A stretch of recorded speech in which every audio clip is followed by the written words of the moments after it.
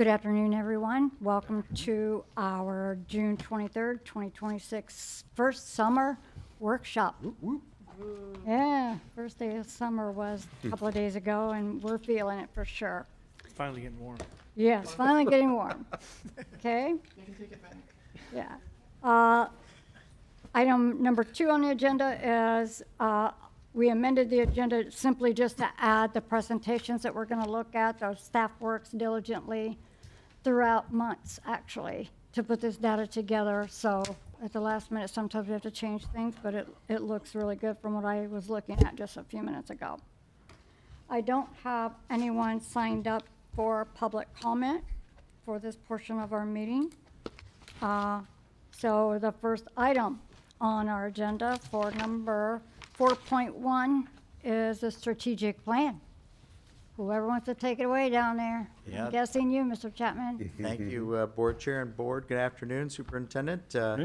We're in session number 3 of our strategic planning for our new strategic plan, and we're almost to the finish line here. And so what we're going to do today, we're joined by our kind of strategic plan team. We've got Chrissy Kavanagh, Omar Edwards, and we have Beth Severa joining us from Teams, who's our All right. strategic plan consultant from the Association of School Superintendents.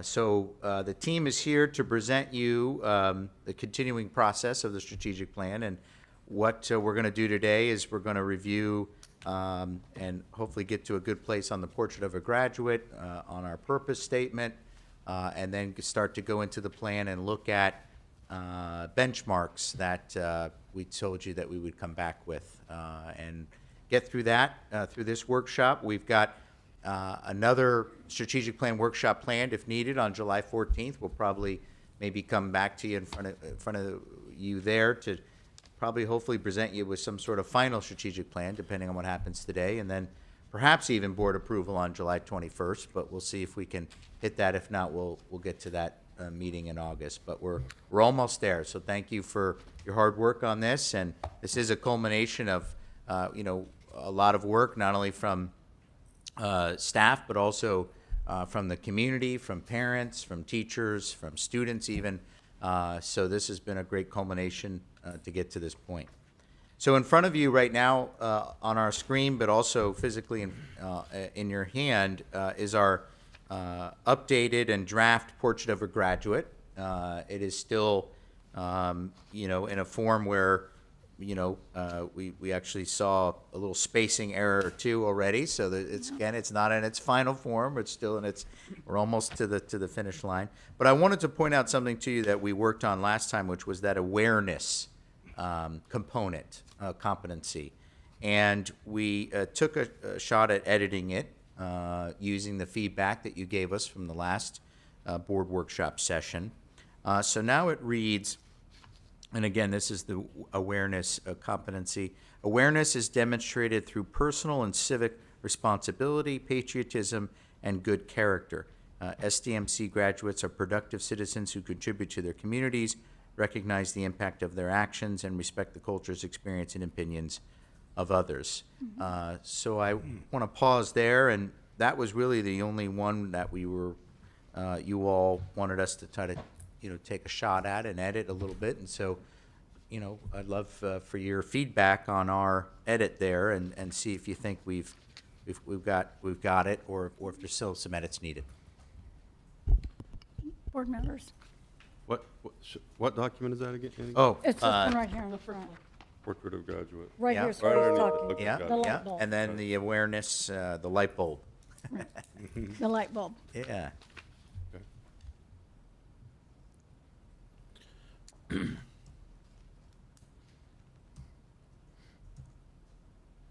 Maybe I thought I heard the word. Did I hear the word patriotism? Yes. Under awareness, Under awareness.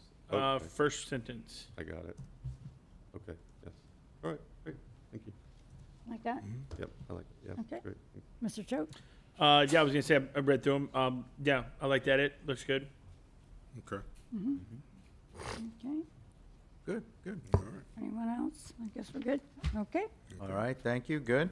So we'll turn to the next page. And again, this is just a Word document, so don't think that's what it's going to be. This is just for us to kind of, work through in this workshop. But what we have in front of you is two options to look at and to edit, help us get to the right purpose statement, right? This is where we're going to go away from a mission and vision statement and instead just have one purpose statement. And so we've taken your feedback from the last workshop and produced these two options for you to look at and read here and see if we can get to a good purpose statement that we can finalize today perhaps. So that's what our next project is here during this workshop. Board members, I read through this entire document. After the penning in MTC, I came here and started going through all of this. I like option one. I think it kind of ties back into the portrait of a graduate. That's just my personal favorite, but it's up to the entire board. And I have Mr. Choate lit up, or you didn't undo. He raised his hand before I lit. Go ahead. Okay. Thanks, Madam Chair. I'm just trying to get my computer restarted so I can use my button. Sorry. I like both of them as well. I prefer one. I like two because it's succinct. I like one with one change, and that would be the school district of Manatee County, comma. Actually, I was going to say dashes. Oh, dashes are fine. Grounded in the portrait of a graduate, Another dash. comma or dash, and that would be my only suggestion. But I prefer one Okay, to two. That was exactly what I was going to say, so you don't need to call on me. you catch it? You catch all that? Mr. Choate, go ahead. An M dash. I wasn't gonna worry about the grammar part, because Just doesn't really read. It doesn't read right otherwise. No, I do understand. I did it in my head for sure, so I do understand.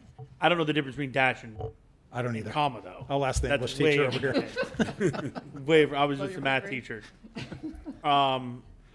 Superintendent's here. She's I don't particularly. I think that number 2 is a little more, just straight to the point. But I'm okay with either one of them. It seems like there's a strong feeling for number 1, so I like that one. yeah, I'm fine with it. So just other than a couple of Great, grammatical errors, Yeah. or not even errors, they're just Okay.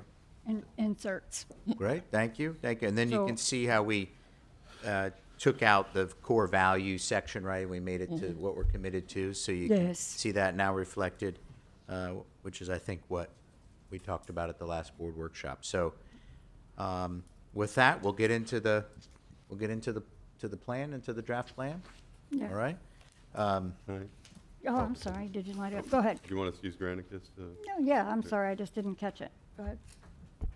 So I want to make sure that for the rest of the board that we don't want to, apparently we don't really want to have what I would call core values, right? Like these are, it sounds philosophical, but it's ways of being, like in the Air Force we have integrity first, service before self, and excellence in all we do. And I actually suggested some core values to the team, and such as integrity, excellence, professionalism, accountability, respect, with some definitions that went along to them. I couldn't send them to you because, the sunshine laws. So I'm just wondering if you're interested in having those core values, which really kind of like for instance, for excellence, we perform everything we do to the best of our ability. Professionalism, we are members of the profession of education and are duty bound to act accordingly. Respect, we treat everyone in all our interactions as someone who matters like we matter. We are obliged to treat others as we would want them to treat us. Accountability, we take responsibility for our actions. We first look to ourselves for personal and professional improvement before blaming others when things go wrong. Are you all interested in having some core values with or without definitions, or not? I'm not opposed to that, Mr. Kennedy. I've I'm just not sure where we're going to insert that. I'm guessing at the top. I would suggest if anywhere, we would do it on here. I mean, Mr. Tatum, I feel like you've kind of captured core values on the portrait. Okay. If something is missing there that you would, that is on your piece but not in here, I totally support integrating those two things. But I felt like this portrait was our core values. Yeah. Okay, that's fine. I mean, if we put those in, I think it would get too big, and then there'd be like 10 things on here, and it probably would just be too big. But it was just a suggestion. Okay. It kind of covers it. Some of the things I really wanted to get to were the accountability aspect of it, and but it's okay. It was just a suggestion. We can move on. That's fine. Well, Mr. Chauvin, you're lit up. I guess my question was going to be just to the core values. I think we talked about last time, like there's a board and like a district value, like things we're looking for and things we're going to commit to. And then there was like a student one.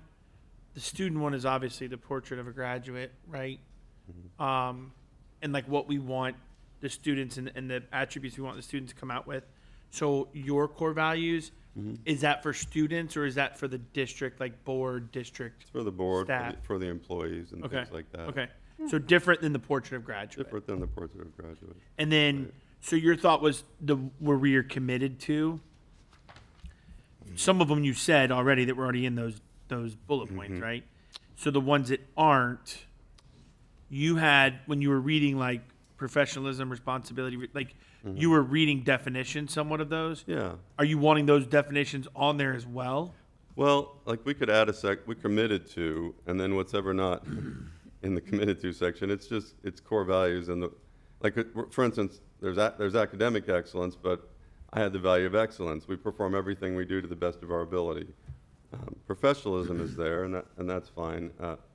Accountability, let's see, do we have, so professionalism, respect are there. Accountability, we take responsibility for our actions, and we first look to ourselves for personal and professional improvement before blaming others when things go wrong. Integrity, we tell the truth and act ethically. Service, we are keepers of a public trust and must sometimes make sacrifices in performance of that trust. So, I mean, we could add a core value section with integrity, service. We could still put excellence in there because we have academic excellence in there, and accountability because professionalism and respect are already in bullet number 2. It's just a way of guiding people to like Okay.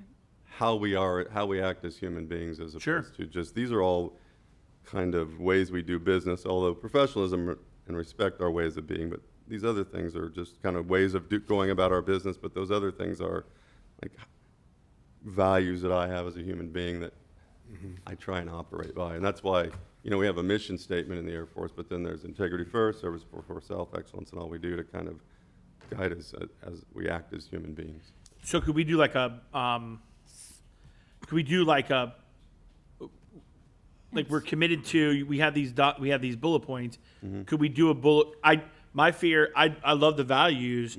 I think that if we added this is just me, if we added the definition to all those, we're going to be adding like a page of this. So, but if you don't define it, everybody's got a different definition of excellence, right? Yeah. But I wouldn't mind seeing the ones at least that we don't have potentially put like we are committed to our core values, semicolon, and list those core values, right? Sure. I don't know about the definition of stuff because I think that may just get too wordy and too long.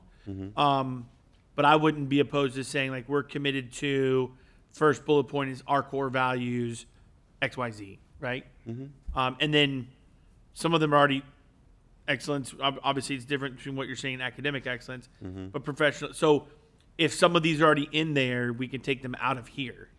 Does that make sense? So like, let's just say professionalism, responsibility, respect is some of those core values. You just move that up with the same line that says like we are committed to, and then the first one is our core values of XYZ. And integrity, excellence, professionalism, respect, and accountability. So, I mean, the ones we would have to add would be integrity, Accountability, right? accountability, and service. Right, that was another one. Okay. So integrity, accountability. I mean, I'd be okay with that. Well, I'm like maybe what we need under the option 1, our purpose statement, have a small 2 or 3 line sentence that says core values. Instead of adding on to we are committed to, I would rather add a 2 or 3 line little paragraph of our core values. Just say core values, simple. And then you don't have to try to add and dice and slice. I would just put, Mr. Tatum, if you could just shorten that into a couple of lines, 3 lines maybe, we could insert it above we are committed to. Okay. That would be my suggestion, to just, because this is, double-spaced and all of that, so I think just adding a small paragraph would be good. Yeah, we can do that, yeah. That's, You all right with that? Go ahead. Mr., were you done? I'm sorry, hang on. No, I was just gonna say quickly that, I feel like we already have all but 2 on there.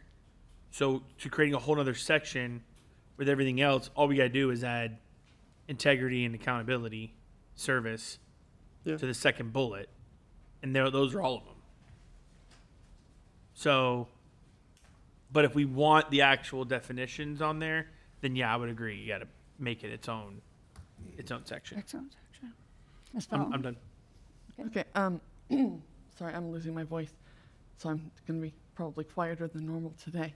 It's all right. I'm gonna go with what Mr. Choate said. I feel like we can put those 3 other things into what we are committed to. We don't want to have a lot of, this is in blue, but we don't want to have a lot of black on the paper, on the page. It makes less likely for people to read it. White space is important. So I'm not sure how the layout, obviously this is not the layout, so I'm not sure how the layout would look, but white space is important. So I would be all in favor of adding it to the we are committed to. I don't think the definitions are going to work unless you want to add it elsewhere in the document, because it does weigh it down a lot. And with everything else being bullet pointed, I feel like that would just be too much. Does that make sense? How about we just add another, well, for the second bullet, we just say we are committed to our core values: professionalism, responsibility, respect, whatever's not there, service, integrity, and accountability. We are committed to our core values, and then we just list them. I like that. And then just stick it That's right why I was saying just Perfect. stick it in its own little bucket, but if you guys want to do bullet points, I'm fine with that too. Either work to me. good, yeah, very helpful, thank you. That's good, yeah, we can do that, good, thank you. And you guys should have an email from me that you can figure out what my email has and then what's not here, and just add them, kind of what I think we were talking about, Without being repetitive. without being Being repetitive. repetitive. That'd be great. Is that all Sounds right? good, thank you, good. Mr. Kennedy? Madam Chair, I'm back up, by the way. I can Are press- you I there? can press my button now. Ah, there you are, Button okay. pressed. Really quick, and this is for Superintendent Breslin and Board Member Felton, our resident ELA teachers. On the We Are Committed To section, should, for example, academic excellence, should that be a small a with a period at the end? No, Small p with a period at the end on the next one? No? no. Okay. We have unanimity among the ELA teachers. I don't Right. know, So- I've always, if you're gonna ask, I've always seen, you don't put periods at the end of bullets, right? Especially if they're not complete sentences. That's my, but this I know. is. The whole this thing is together English is a teacher complete, talking, we are right? committed to academic excellence. Actually, Period. I was What just do you going to think? say, we're missing a period at the end of the last bullet if we're going to have the periods. Yeah. We're really getting And you'll micro. find, as the team, multiple departments put this document together. And so, as you'll find after we get your thoughts on the content, we will scrub and really do a type it up. clear edit. So don't get too hung up on the mechanics, because there's still work to be done there. Yeah. Yeah, Google. Good says- catch. This is not the final copy? No, no. We should have put draft across. That big What a 80-point font draft. You wanted a narrowed down plan, so, yeah. That's great feedback, John. So Microsoft Copilot search says, if the bullet is a complete sentence, it should end with a period. If it's a short phrase, such as a bullet or a couple words, then don't put the period at the end, right? So if it's complete, that's what it says. Now we know. Very good. So you're using AI. I'm using AI Okay. right here during the meeting. Just had to throw that out there. I still have a style book. All right. Yeah, Strunk and White, you got Strunk and White somewhere? Yeah. There you go. So now we're going to get into the plan. We're going to get into priority area 1 Yep.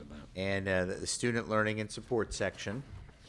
And some of this will look familiar and some of it's going to look new. So you'll see the priority area 1, student learning and support. You've got the kind of paragraph statement. You've seen goal 1.1, present, engaged, and ready to learn.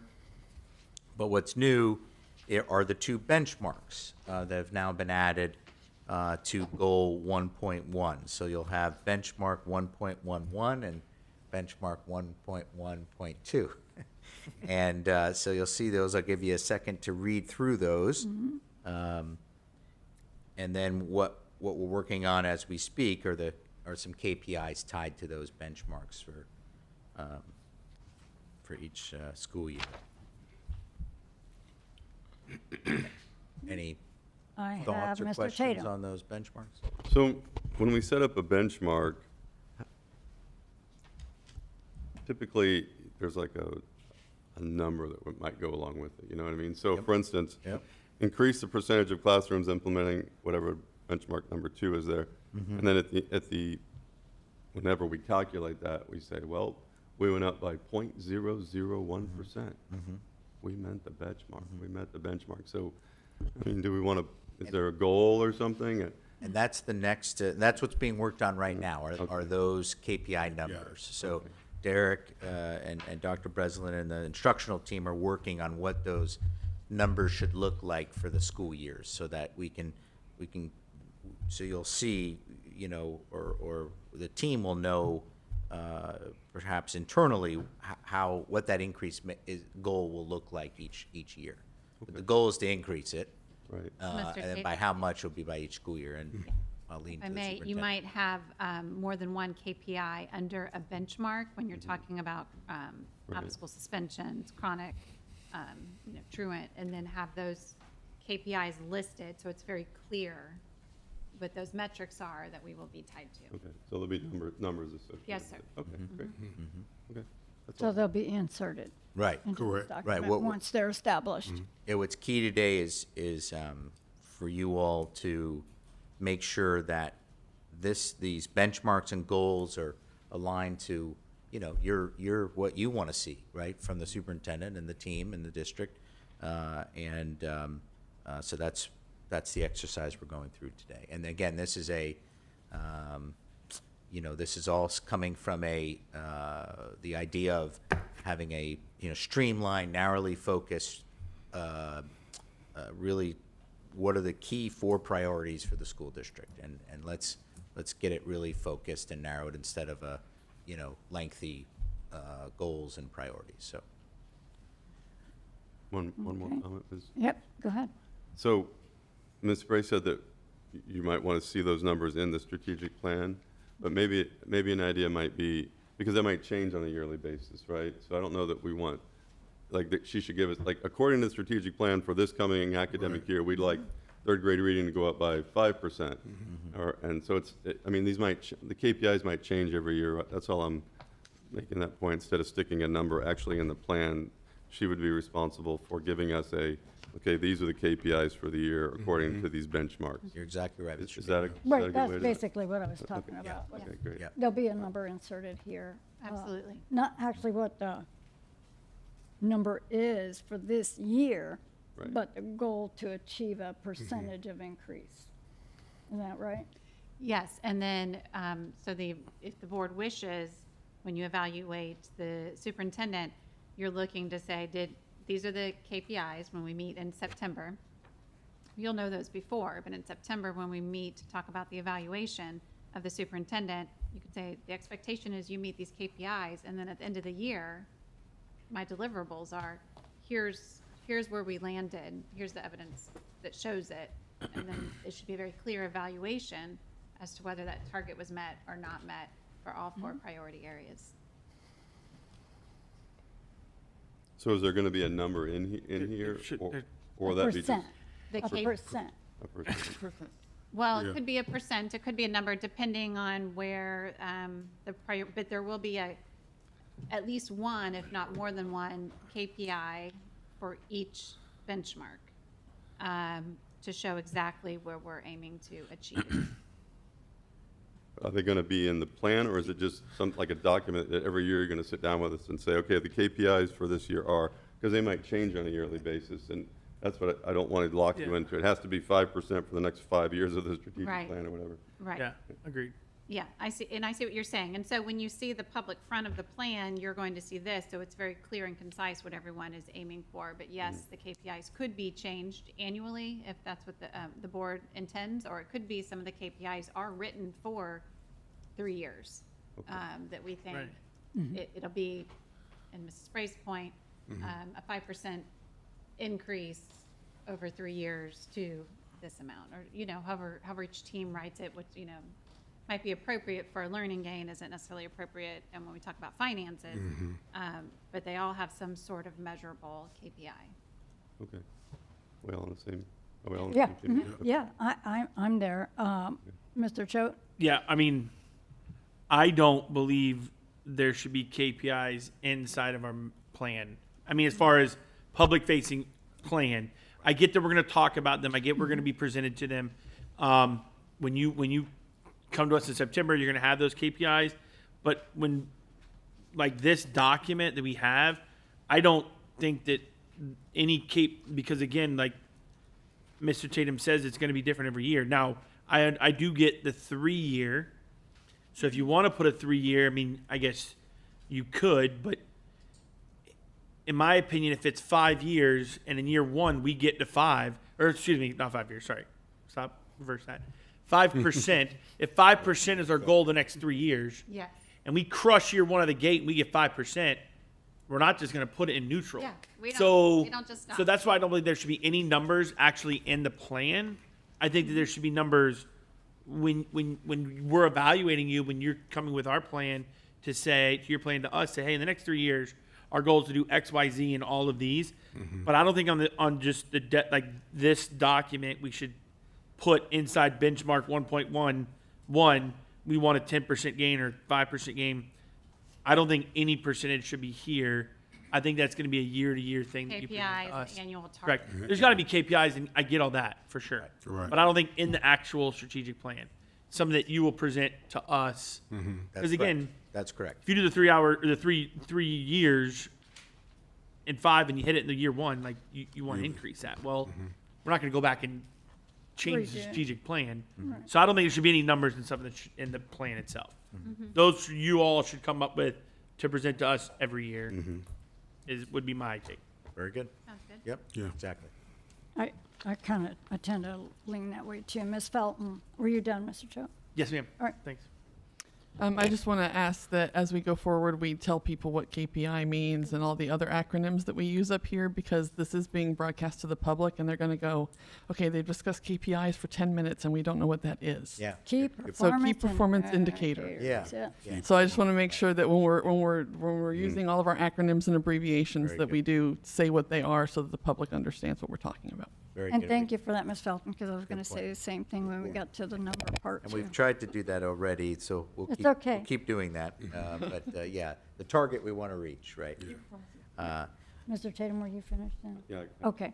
All right, so if we go to goal 1.2, right? So if we go to goal 1.2, you'll see, again, a familiar goal, and then the 2 new benchmarks, and then the same for goal 1.3 and the 2 benchmarks. I will state that in benchmark 1.3.2, the bottom of the page, instead of the word education, it should say graduation. But I just wanted to make a comment on the yeah, 1.3.1. Okay, and work-based learning opportunities. I like that line being inserted in there. It is in there or it's not? It is in there. and you like It- it in there? I do Yeah, like that good. in The there. work-based learning, you said? Yeah, Yeah. right. Very good. I would, yeah, I mean, industrial certifications and work-based learning opportunities, you know, so some opportunities don't need a certificate, obviously, but if we can provide some kind of life skill, Agree. that's basically where I'm heading with that, so Agree. I like that. Any other comments on some of these benchmarks? I don't see on this anybody page? lit up. Yeah, okay. All right, so we're going to go to the next section. All right, so priority area number 2, Yeah, employee retention and wellness. Again, there's our paragraph and then a similar goals you're going to see. So goal 2.1, invest in our people. This particular goal has 3 benchmarks to it.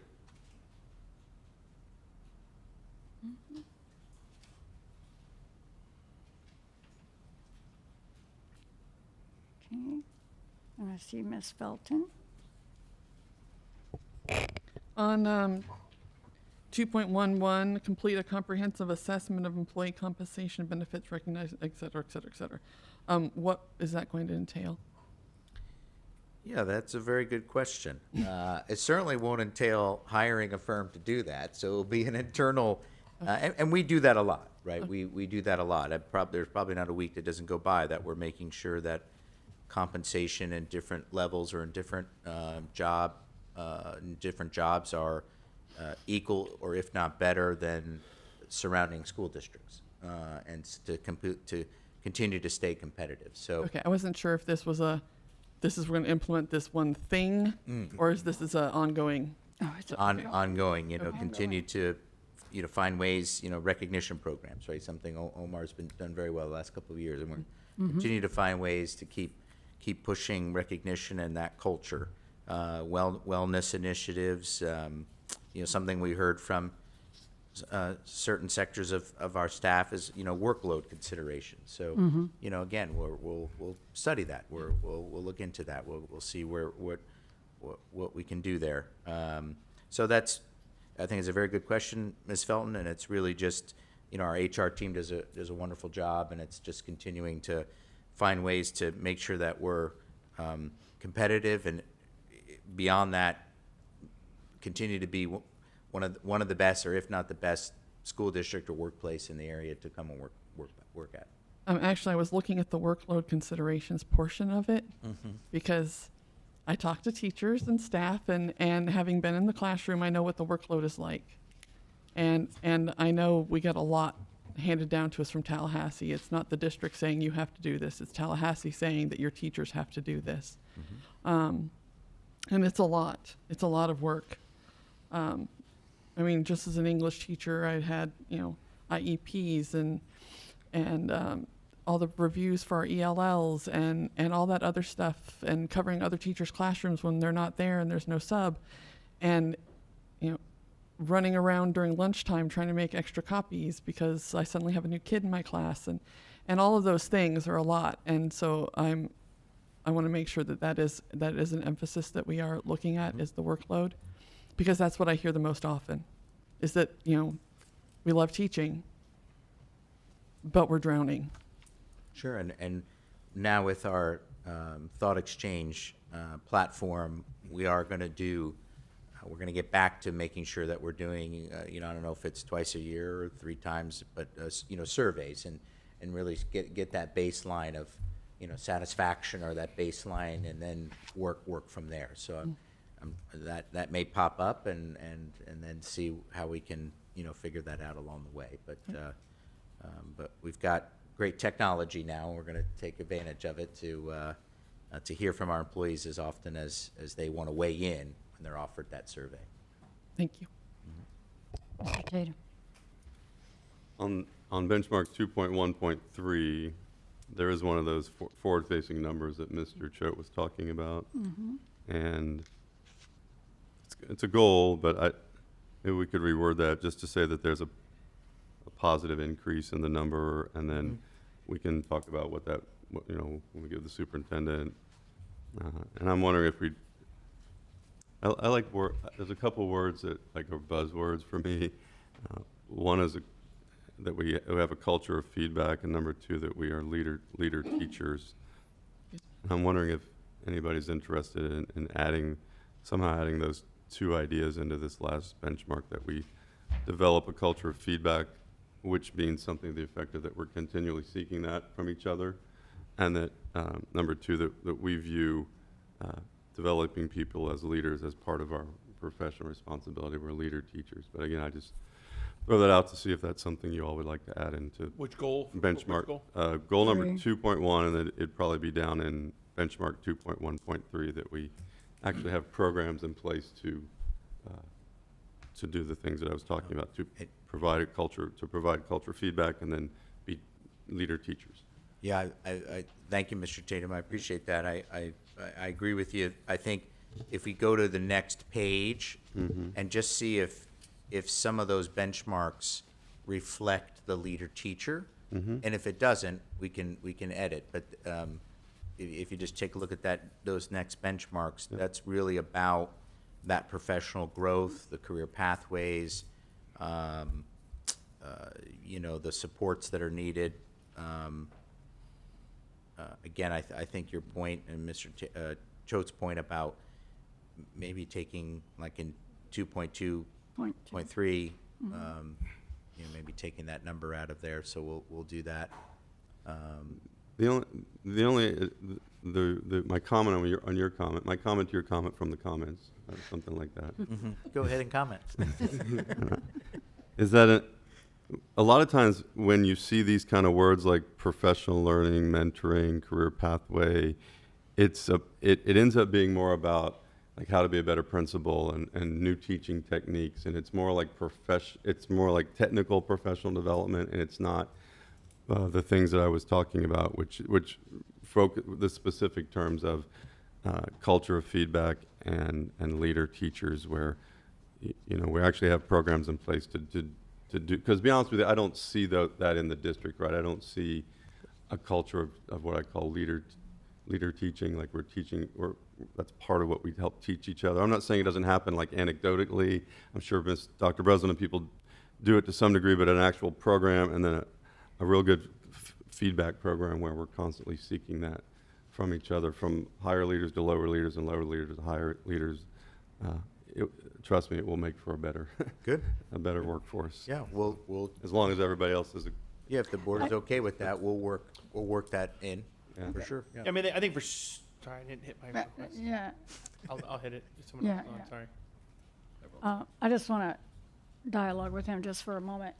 I think that would probably be, you could include that maybe line of getting the feedback from staff members is basically what you're looking at. I think that could be in 2.1.1 and invest in our people. I think you could probably insert a line there saying, like Mr. Chapman said, doing surveys and getting feedback from teachers and what they need, or staff members overall, not just the classroom, all staff members. Yeah. I don't know if that would be a good place to put additional language. The reason I suggested 2.1.3 is it's about feeling valued and supported and Right. engaged. Okay, yeah, I see that. That's why I thought the term "a culture of feedback" fits there. It could fit over on the next page somewhere. Right, I guess it could be develop a culture of feedback. Feedback. Right. So that would be a good kind of language maybe there. Okay, Ms. Felton. Actually, I agree with Mr. Tatum. There was actually something floating in my head as well when I was talking about the workload considerations, is that staff will often feel like the surveys, even though they say they're not being tracked, they are afraid they're being tracked by their responses, and that something's going to come back and bite them later. So that being positive about feedback, receiving feedback and accepting it, and where teachers aren't and staff are not afraid to provide feedback. That I think is a really valuable thing. I don't know about other schools, but I know that when I was teaching at every school that I was at, I had a mentor teacher. And it was, I mean, it's not like on paperwork formal, but it's formal in the sense that this is your teacher that you go to, even if you've been teaching for 10 years and you're new at the school, then this is the teacher you go to help you figure out your way around. And then also when there were teachers that were brand new teachers, I was mentor for some of them. Because then they have a lot more questions. And obviously it's within your department then, because it's a new English teacher being helped by an older English teacher. But I don't know if every school does that, if that's something, but I found it really valuable when I was new at a school, and then when teachers were new, and I'm sure it's the same probably in the front office and with other departments as well. But I don't know if that's a formal thing that's done everywhere, or if it was just that I happen to be lucky enough to be at schools where they did that. But it is a valuable thing. And even at the personal level, not just like feedback from my mentor teacher to me. It's it's the principal. The 3 questions, right? I know I bring them up, but they're the questions, right? What am I doing to make things more difficult? How could I act differently? And then how often can we check in with each other? If a principal's going to the assistant principals, and just instigating that as a way of being. Imagine this happening. This might happen in heaven, if there's school in heaven, where the teacher, where the student raised his hand. The students got together one day and said, "Mrs. Jones, what do we do to make your job as a teacher more difficult?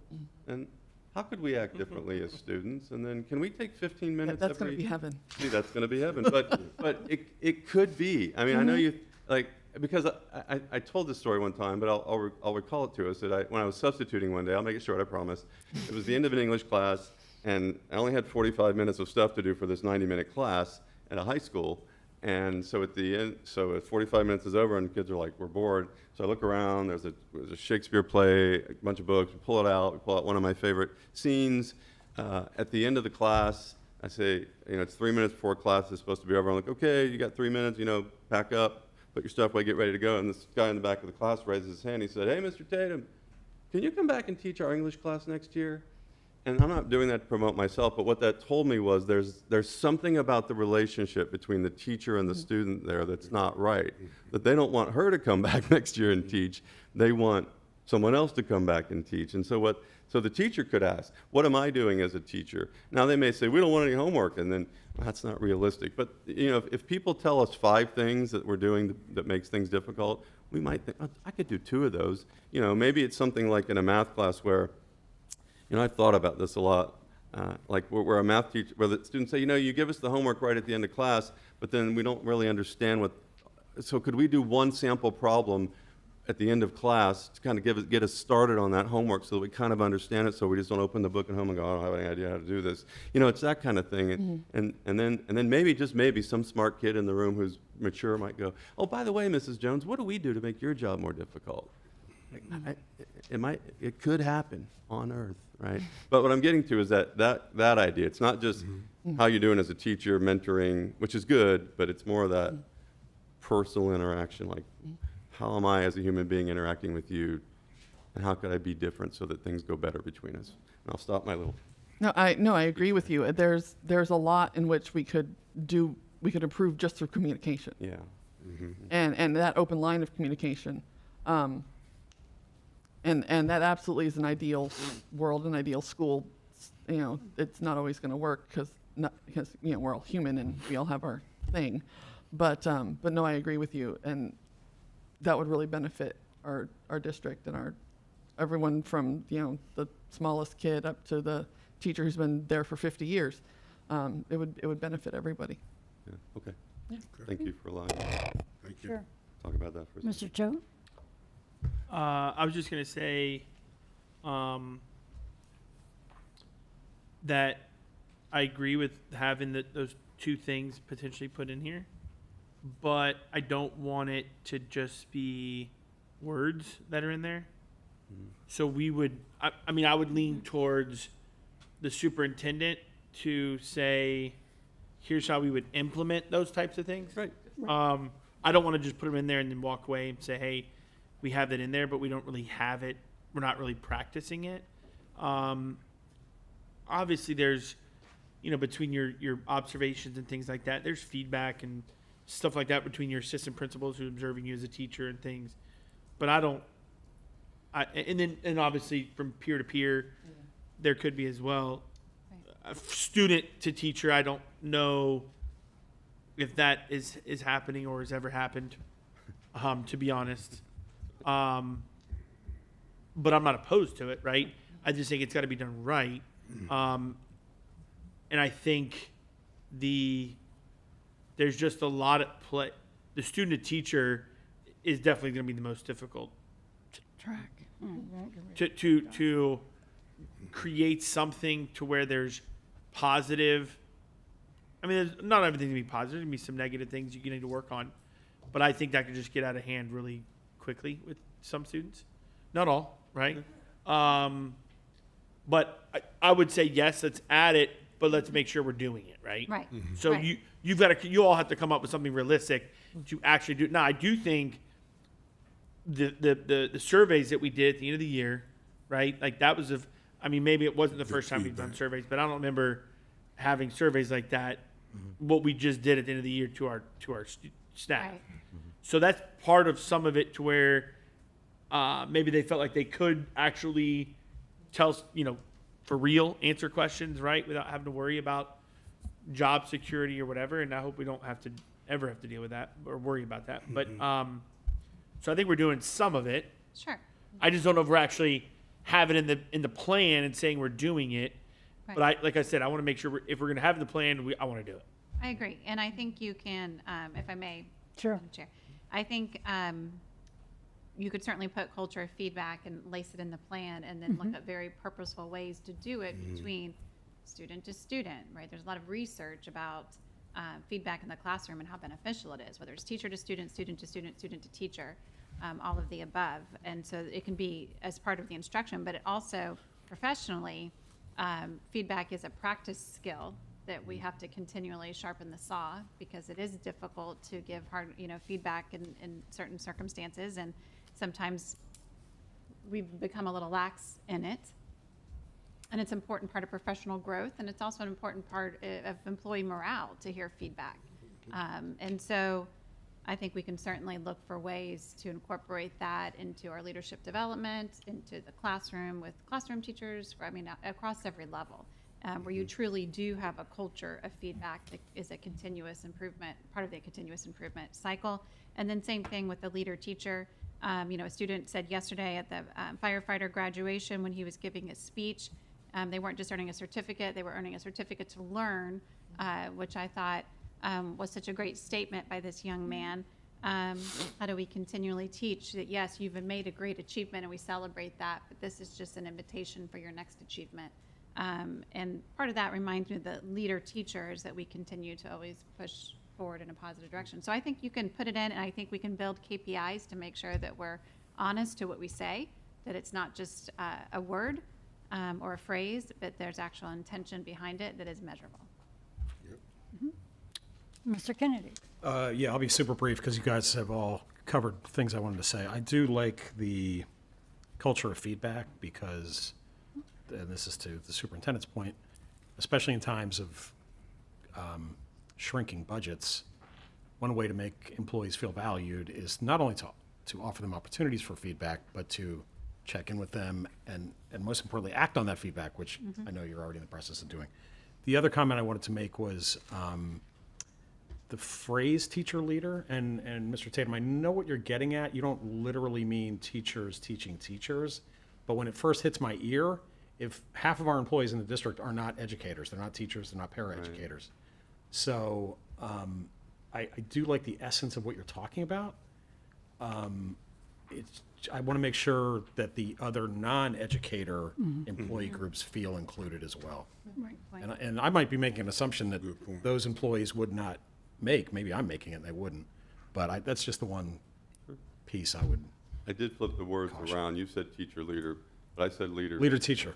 Which Which, you're right, it could be, I guess in my mind, it was like, we're all leader teachers. We're all teaching leader, like every. No matter employee- what we do, No matter we're, what we do, we're leader teachers. yeah, no, I know exactly what you're going But- for. but is there- Maybe it's just leader how we mentors would be Lead, better. leader. Leader mentors. Leader. I don't know. Okay, we need to Something like substitute that. a word. I mean, to me, it's like, it's building capacity. It's pushing employees to go farther than they think they can. Challenging employees and offering them opportunities. So there's a lot there. It's really good stuff. That was just my kind of initial. Maybe we can find a different word. That's your job. Right. Or- Culture feedback is what I wrote Good, down, so good. I'll read Thank it you. down. Great discussion, took some thank good you. notes. Great feedback. Okay. Priority area 3, family and community engagement.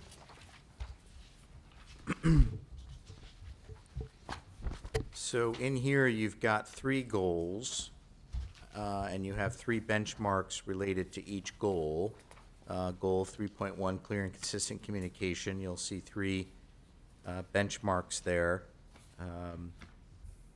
Perhaps benchmark 3.1.3 could be edited to get, make it so that there's not a Percent. KPI or a target in there. But I'll give you a minute to kind of review these 3 goals and the benchmarks related. Mr. Kennedy and Tatum, I don't know if you lit up for sorry. this section. Matt, I do have something right away, Okay. if I may. Sure, go ahead. And Kevin, I'm reading number 1. Okay. And you see this on social media, like every school has its own kind of social media presence. Every school, I mean, there's, like Class Dojo, many schools use Class Dojo. There's some similarities school to school. But is that what you're after in the communication review? How is the district communicating, or how are the district plus our individual schools communicating? Yeah, so, and thank you, and I understand, I think, what you're saying. I would say all the above. What's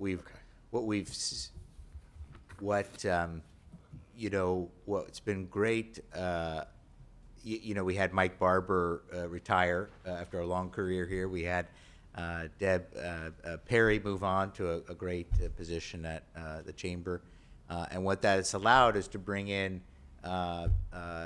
Jamie Carson, Chrissy Kavanagh, a fresh look and different perspectives. And what they've seen is that we're not quite aligned, and we've heard that from. And the communication has been great. I mean, we're obviously doing very well. Enrollment's up, and a lot of positivity in the in the community and all of that. But when you look internally and where areas where you can improve is we could use some a little more alignment there. I think in this new competitive environment, we've got to look through a marketing lens, through a lens of not just showcasing maybe something in a classroom, but really showcasing it as a way to say, this is where your child should be. But beyond that, we heard from our community group, very active parents and business and community leaders at our 3 sessions, every single one of them, that that communication is an area where it could be improved.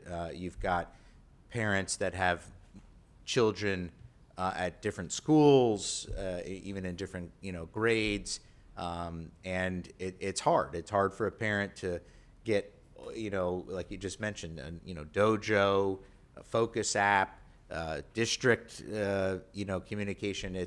There's a lot there, and not to say any of that is really wrong.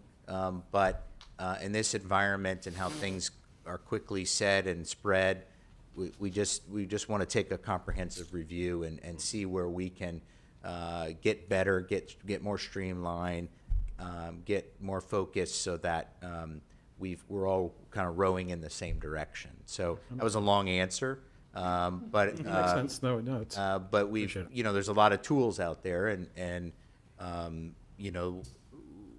we not to say we're going to spend money, but it's a way to just look at what also IT is offering, and the IT department's doing some really great work with technology, and there's already applications already there that we need to zero in on. So that's kind of why we were talking about redundancy, the gaps, the alignment. I think that's the work that needs to be done.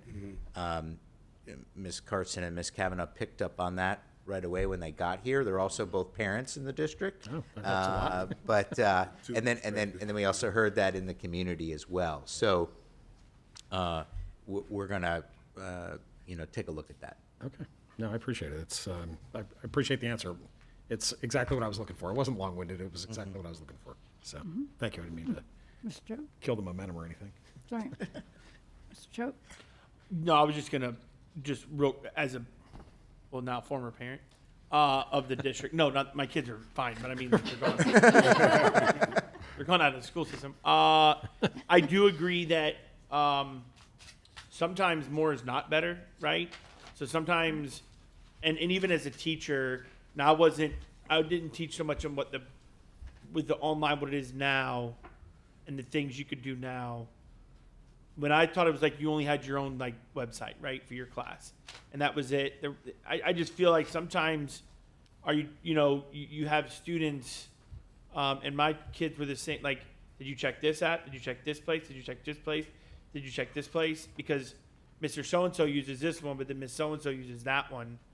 So I definitely think there needs to be a streamline. Yep. And whether or not we want to feel like as a district, we're like, hey, we know these are maybe great, and some people may like this A1, B1, whatever. But I do believe we've got to streamline and focus on one that is great and encompasses everything we need. Right. But I do feel like sometimes there was just too many places that you did have to look for communication. Now, on the flip side, I will say as a parent and also as a board member, sometimes there was too much communication and calls and things like that, right? At times, certain things. But I mean from a school standpoint and a student standpoint, I appreciate that we've got to do this review. We got to get our standards and streamline. And then let's implement something that is impactful, because I think we have a couple too many places that we can put information out, and it's not necessarily the same on all or someone using all. So I appreciate it. That's all. Thanks. My comment on this section would be, a perfect example of this was the rezoning. There was a lot of communication that went out, but parents was showing up saying, well, I didn't know about this. And I was real surprised at that, because we did send out so much information. I don't know how the parent didn't see it, to be honest with you, but grandmother was there instead, because it was just a quick, didn't look, I don't know. But to all of this, even streamlining, even coaches do different forms of communicating with their team members. So I don't know, is there a program out there just for sports to communicate with their team members instead of going through a streamlined platform from teacher to student?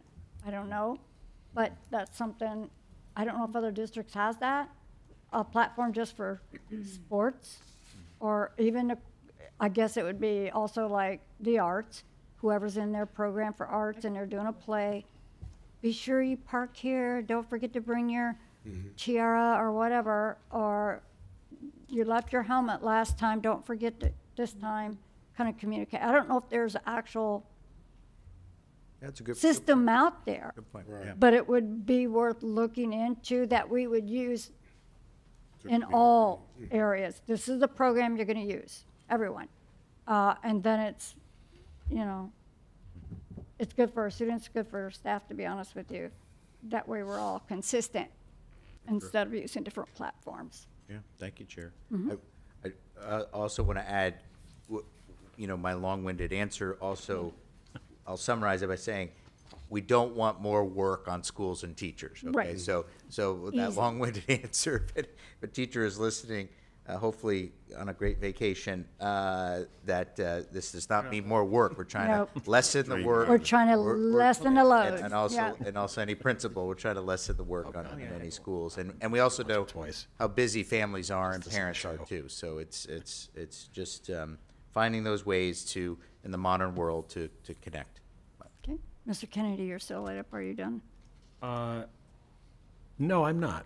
Go ahead. I was, but I just want to take this opportunity since Go for it. since I have it, how much I appreciate in 3.1.2 seeing customer service standards, because I Yep. keep harping on this constantly. We are in the customer service business first and foremost. Who's Like been all, saying we should put that? on the side of our district vehicles to educate, like police officers have, like to protect and serve, to educate and serve. Like that's, I mean, that's to me should be our mindset.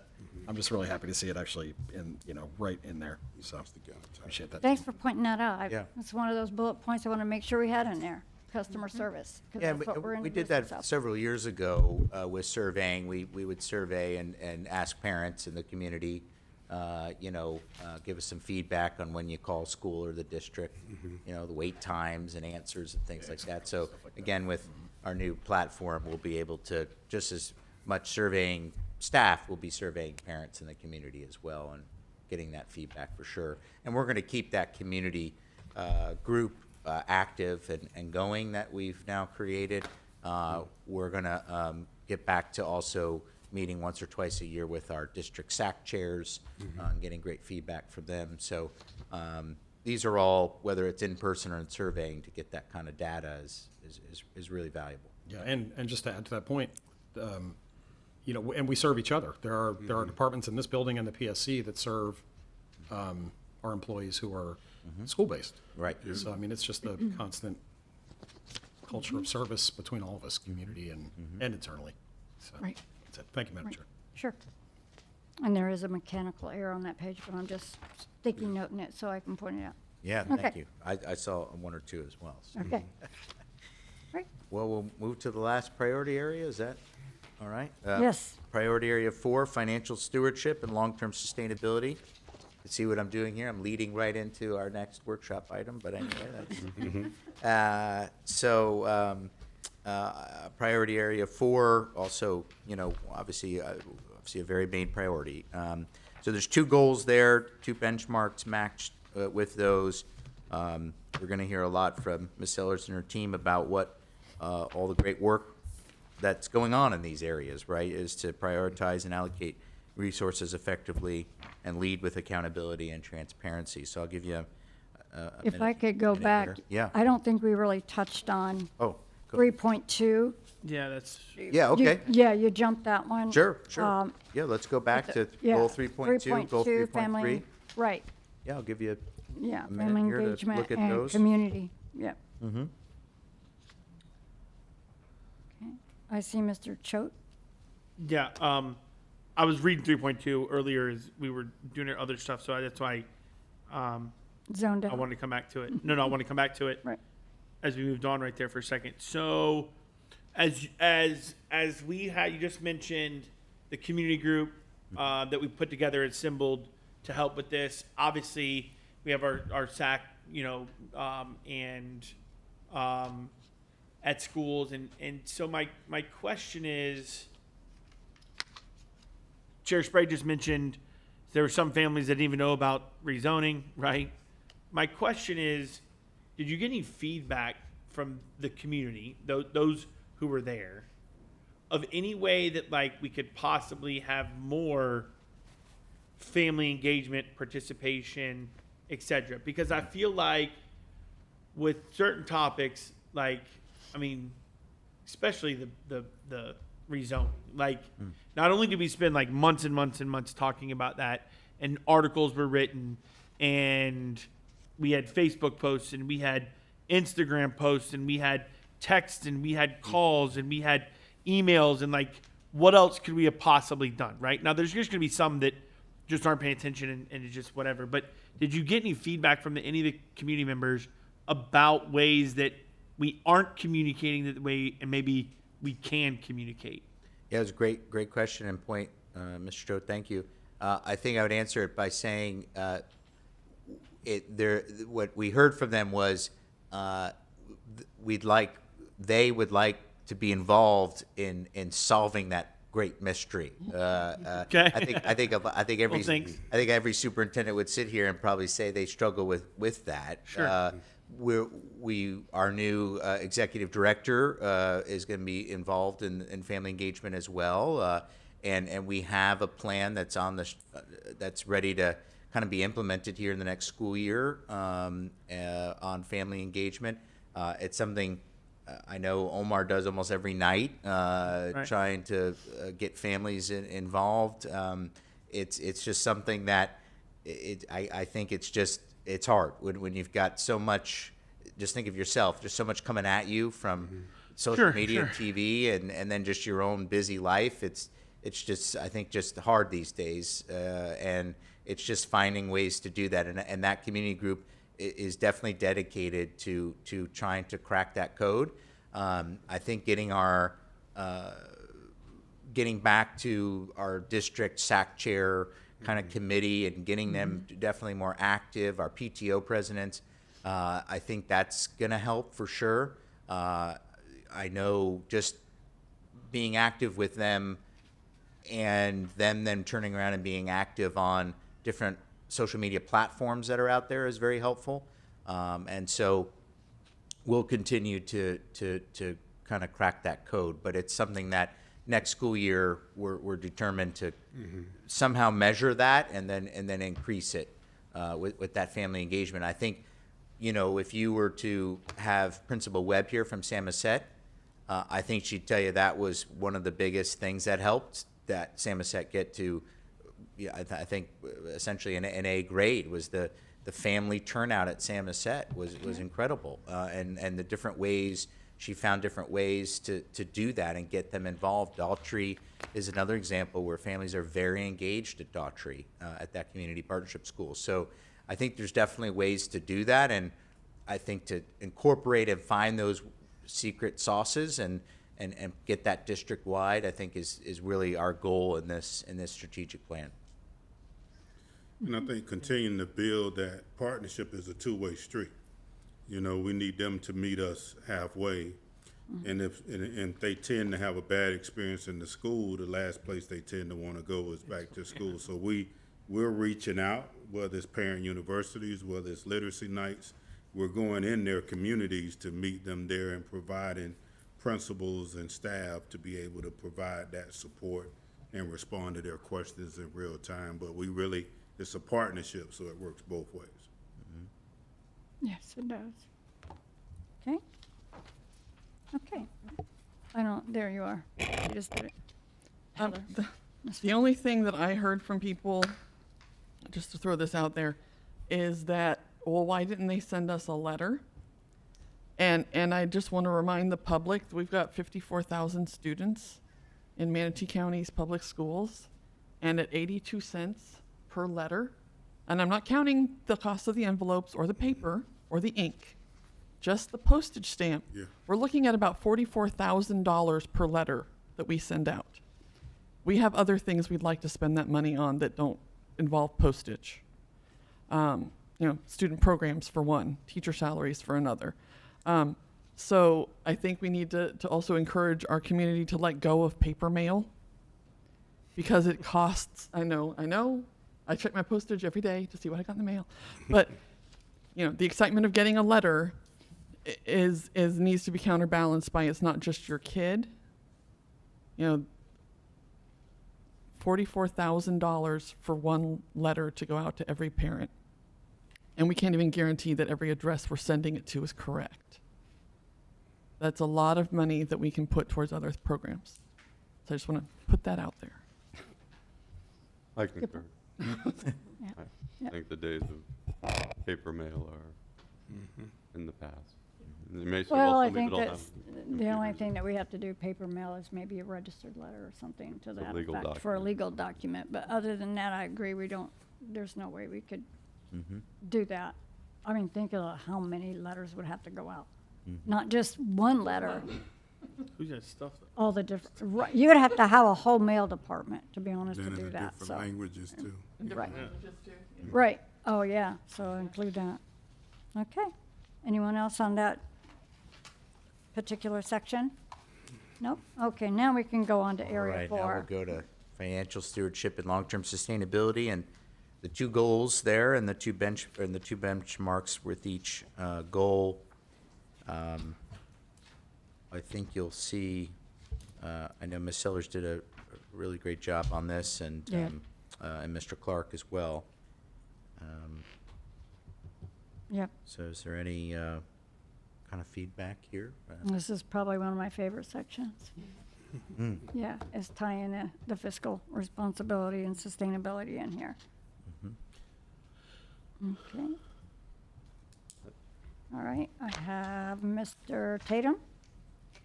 I like benchmark 4.1.2, energies and utilities management. Yep. Develop and implement an internal energy and utilities optimization plan for financial responsibility. I think that's, I used to talk to previous leaders, let's put it that way, about all the lights that are on and things like that, you know, so that's a good thing. I think I saw somewhere when I was reading this, is there about like the same thing for maintenance of our facilities and infrastructure? Is there something that I see, where is it? 422. Yeah, that's right, that's what I thought. Yep. Well, but I'm talking more like maintenance of our infrastructure and our facilities. Oh, I'm sorry, yeah. The same, like you could put energy, utilities, and infrastructure management, and then develop and implement an internal energy, utilities, and infrastructure maintenance optimization plan for financial responsibility. I would say more site management Okay? instead of, yeah, because that's what you look at when you drive by. What does the site look like? Infrastructure to me is HVAC, electrical, plumbing, all of that. But site management is Well, it's both, what you're talking, right, I get, yeah. but we could put both infrastructure and site management. Okay, infrastructure and site management. Unless anybody objects to that. No. And hopefully what I'm trying to get us to do there is be more proactive. I've talked about this before, be more proactive as we think about our maintenance instead of whack-a-mole maintenance, which it's gotten better. I'm just saying that, you know, hopefully, and I think, aren't we working with a company now, Dr. Breslin, that's going to try and help us with being a little more proactive in our maintenance? Right, we have some, purchasing is working with a couple of companies and bringing in those costs for us, but yes, that is a priority, is to figure out who can help us limit some of our energy costs. Yeah. Yes, But- sir. But also, like, infrastructure and site maintenance too, also. Yes. Being more, instead of And waiting that's- for the HVAC to break, we go, hey, we should be replacing Right, these. part of the every 10 years. process is looking at all of our systems, the age of the systems, how the systems work, and then also our practices and how we utilize the systems or just utilize the daily use of buildings in relation to energy savings. Great, thank you very much. Thank you for considering that. Okay, Mr. Cho? Kind of very similar to what, I do agree with what you said, but just to add on one of my thoughts in this portion here. And I don't know if we necessarily need to do it now because, well, we could maybe mention it somewhere, but I look at the community voted on a half-cent sales tax, right?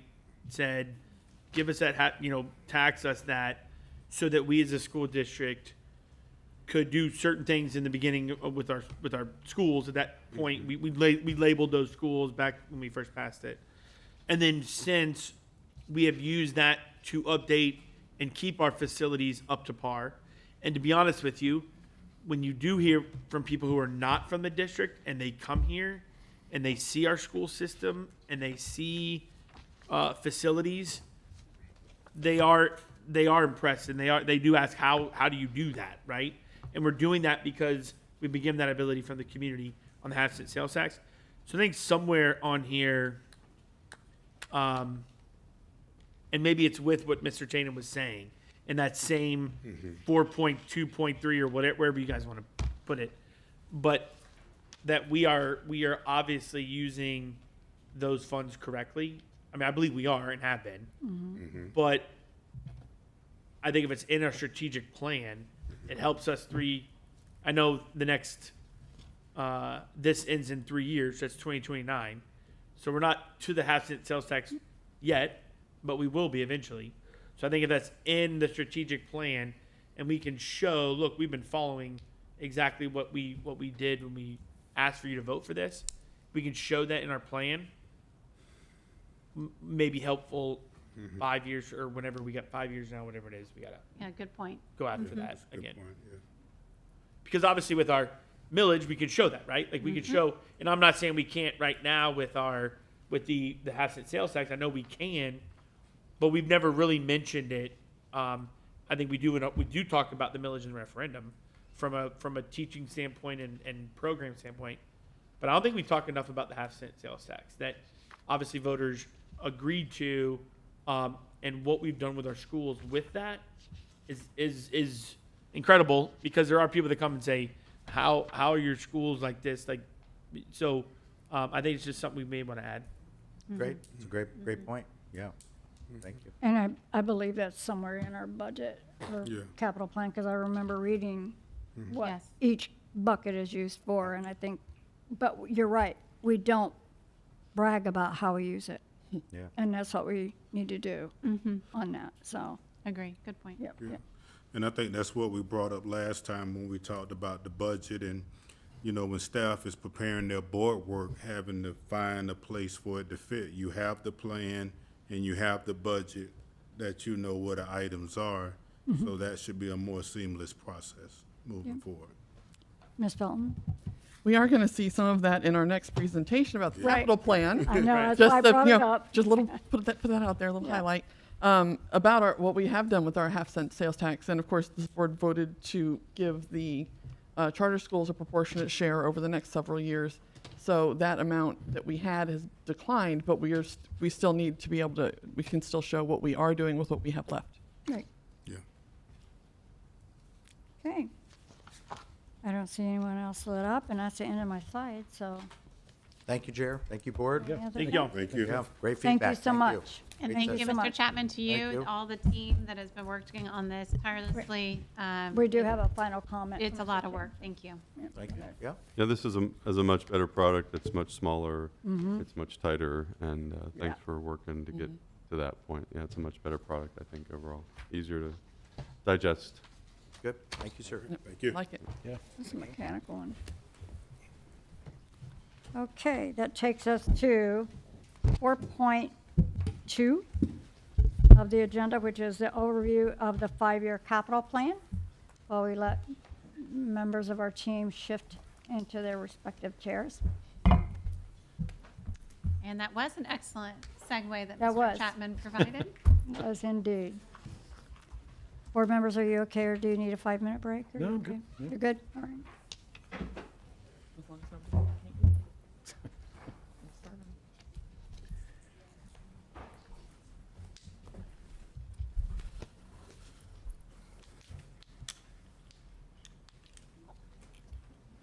'em. Okay. I don't know who's taking the lead on this one. I'm guessing Mr. Miller? I'm in front of the computer, I'll do it. Okay. All right, so this workshop is the preliminary 5-year plan of the capital funds. This is going to have a big focus on what's coming up for this coming up fiscal year, 26, 27, and it will give the full range of what we will be doing for the in total next 5 years. All righty, and so in the coverage today, much as we've done this before, we're going to go over the estimated revenue. We're going to talk about what the different uses can be from those different source of capital funds, the expenditures, and highlight some of the construction projects coming up this next fiscal year. All right, so this first slide covers the, oh, wait a minute, Mr. Choate's not here. He will be right back. Okay. Should I be pausing? No, I think No? he's been No? through it. Okay. So, All righty. As we've covered it in years past, the district plans to pay for the capital projects. There are The state sources of fund, we have the ad valorem, the sales tax. There is capital outlay and debt service from the state, and there is also public education capital outlay, which is PICO, the acronym for that one, for short. And to give further detail with that, the ad valorem is the 1.5 mil, and this coming up year for 26-27, the charter school share is now at 80%. Next year, and the following fiscal year, 27-28, we will see that at 100% for the years after that. Now, the sales tax is also on a glide for this coming up 26-27 year. The sales tax is at 60% for this coming up fiscal year, 80% for fiscal year 27-28, and 100% thereafter. The capital outlay and debt service, we call that CO and DS, it's an acronym. It's also from the state. These are projects that are board approved on a priority list, and it's included in the educational plant survey. And then we have the PICO. Now, the charter schools receive these funds, and it's more or less a pass-through, and it's for their capital outlay expenditures. And it's based on the all of the charter schools' entire FT throughout the entire state. And so the state computes what each the charters will get based on all of the charter schools within the state of Florida. And then this district has some PICO grants as well too. This is the MTC Aviation Maintenance School, and there are also a few facility safety grants as well. As far as the local funds that you see, the lower half of the on the slide, we've got future certificates of participation. COPS is the acronym for that one. We've got also, the district earns interest and refunds from investments and from the P card rebates. There's also a fuel tax from the road tax, and this is funds that will go towards roads and sidewalks and bike paths. Does anyone have a question on this slide? Just one, Madam Chair. Go ahead. Ms. Sellers, on year 4, the 29-30 school year, that 24.6 million in the COPS column, that's an anticipated early payoff? No, it's not an early payoff. That's anticipated for the MIACA project, a renovation. Oh, this is an outgoing, not an incoming. Okay, I'm sorry. Yeah. Right. Yeah, so in that fiscal year, we'd be going to issue, a COPS for that For particular my project. gotcha. Thank you. Okay. Mr. Tatum? So I have a couple of questions. What was for roads and sidewalks and, There's a fuel tax. okay, That is line 15. that's all that, okay. And that is money that comes to us or that goes to the county? Or That one goes through the county, then comes to us. okay. The reason I ask that is in the past I've been, I've been told, well, we're not allowed to build roads and sidewalks and stuff like that would be like a turn lane, for instance. But then we have money. That's not a lot of money, but anyway, I was always It's told we can't related use our money to do those kind of things. That's For county the district's infrastructure. property. So On the it would apply to a road or sidewalk Mm. on the district's property. Road or sidewalk. on So the it's district not like a property. full-on, get into that We road. couldn't then it go into the becomes- street. Right, or not into off the street, of but the still school district. start an extra turning lane, maybe that's on the district's property. Oh, okay. You'd apply those funds towards that. Okay, that's good. And then for the 1.5 mil, line number 3, again, I'm kind of pulling information out of my brain. It seemed to me the last time I saw something that 1 mil brings in about $80 million of tax. Does anybody know that off the top of their head? Anybody? How much 1 mil brings in? About- 1 mil is like 77 or something like that, 76.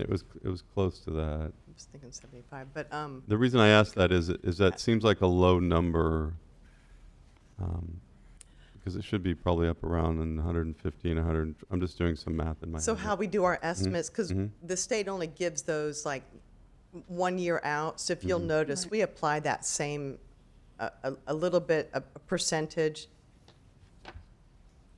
2-3% from year one, well, year one's including, but they don't have a projection, a solid projection yet. The better year really is the actuals when you're looking at year zero, because it's based on still estimates at that point. And Mrs. Sellers, if I'm right, you're really adding 3 and 4 together.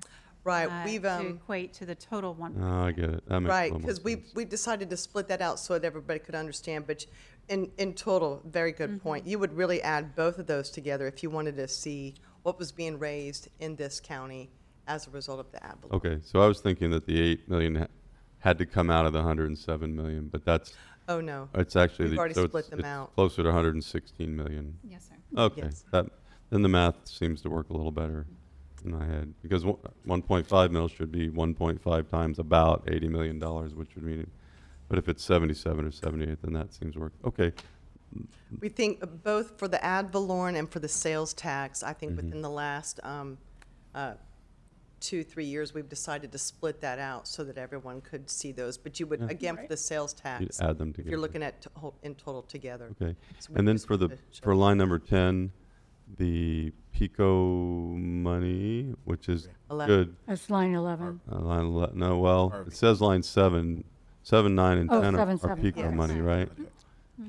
So I'm glad to see that we've gotten some, but typically traditional public schools don't get PICO money. But what is this? No, Was we this an had to apply appropriation? for these. These are appropriations. Right, appropriations. Okay. Whereas charter schools, don't they have like a line item in the state budget or something where they automatically get a certain amount of? Correct. That is already put in, it's in the statute for them to be able to get the PICA funds from the state. Okay, but that doesn't subtract from our revenue. That line No. number 11 for the charter schools is revenue from the It's a state. pass-through, yeah. It's a pass-through, right? It's a pass-through. We get it from the state to give to them. Right, it's not reducing our available No. funds or anything like that. Okay, those are the only questions I had. All Thank you, Doctor, or thank you, Okay. Ms. Sellers. I'm going to move on Move on. to, okay, so, and now to go over the uses of these local revenues. In a nutshell, the majority of, or these particular revenue sources related to capital cannot be used for the general operating expenses. So in the case of the ad valorem property tax, this is advertised annually by the district. The allowable uses include construction and remodeling, maintenance, renovations and repairs, motor vehicle purchases, buses, new equipment and replacement, and also is used for loan payments and for the COPS facilities, and also for property and casualty premium insurance. It cannot be used for, as I mentioned, the operational expenses and nor custodial or groundskeeping, and not for software either, except for the enterprise software, which is the ERP system. And then when it comes to the sales tax, this is the item that you guys had mentioned just a little bit ago. It has been effective since January 1st, 2018. And this is also split between the district and the charter schools. 57 million projected for this coming up year, 5.5 million for the charter schools.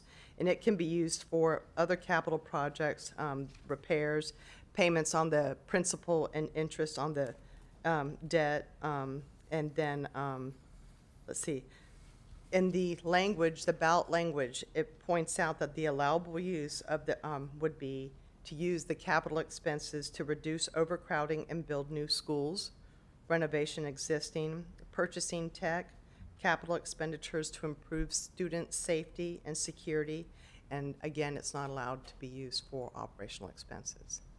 And And I then the just- third one, I just want to note that the half-cent one actually goes to 2032, Mr. Jones. correct. Yeah, I see it right there. Okay. And then the impact fees, this is limited to new growth. So new schools, new additions on schools. It's not allowed for operations, routine maintenance, nor repair expenses. Does anyone have questions about the uses? We're good on page 4? Okay. Alrighty. All right, I'm going to introduce, Mr. Clark is going to take over some of this. All right, good afternoon. So we'll start with the planned expenditures for the next 5 years. On slide 5, you can see your zeros finishing this year. So we're really concentrating on that 26-27 school year. Some of our projects may have started sooner and be finishing this year. I'll highlight those. But we have a couple projects we plan to start this year. And then we got a discussion point for you at the end. And feel free to stop me at any time. I'm going to concentrate on year 1. If you got questions about anything else, chime in. So first off on this slide 5. Mr. Tatum, are you lit up already? No, I'm sorry, I'm not. Okay, I'm that's not, all right. I just saw him lit up. Go ahead. Yes, ma'am. Okay. Okay. So you can see line 40 there. We're finishing up with the addition there at Barbara Harvey K8. Closing that out. We've given you updates on these projects, and we'll do some more in the future. Line 46, want to draw your attention to, we're getting ready to go off for the request for qualifications for Bayshore High. That's for the AE and CM. Yep. And I believe we'll be coming to you, bringing that update in September to talk about where the design plan for that school. And you can see that's $50 million over those 2 years. Line 47 is we're going to attack the Bayshore High columns, structural columns. We've had a couple issues with that, so we're going to phase that in. Wanted to get started on that earlier, so we had already started and working on that to try to finish this summer. Line 67 is the Lakewood Ranch water lines. This was the one we had started initially, the hydronic lines. But on 72, we're going to plan to do a renovation, and you know we had some troubles with Lakewood Ranch this year, so we're addressing that this upcoming year. The rest of it this upcoming year. And you can see that over the 3 years, $30 million, Okay. primarily MEP on that building. New to the game, 77 will be Manatee L. Renovation and MEP there. That's starting in 26, 27, this upcoming year. I guess that's July, a couple weeks. And can Manatee you, L. what are we Say doing? MEP, what's that acronym? Mechanical, electrical, plumbing. Thank you. A lot of it's HVAC related normally. Is our biggest spend. So at Manatee L, what is the primary,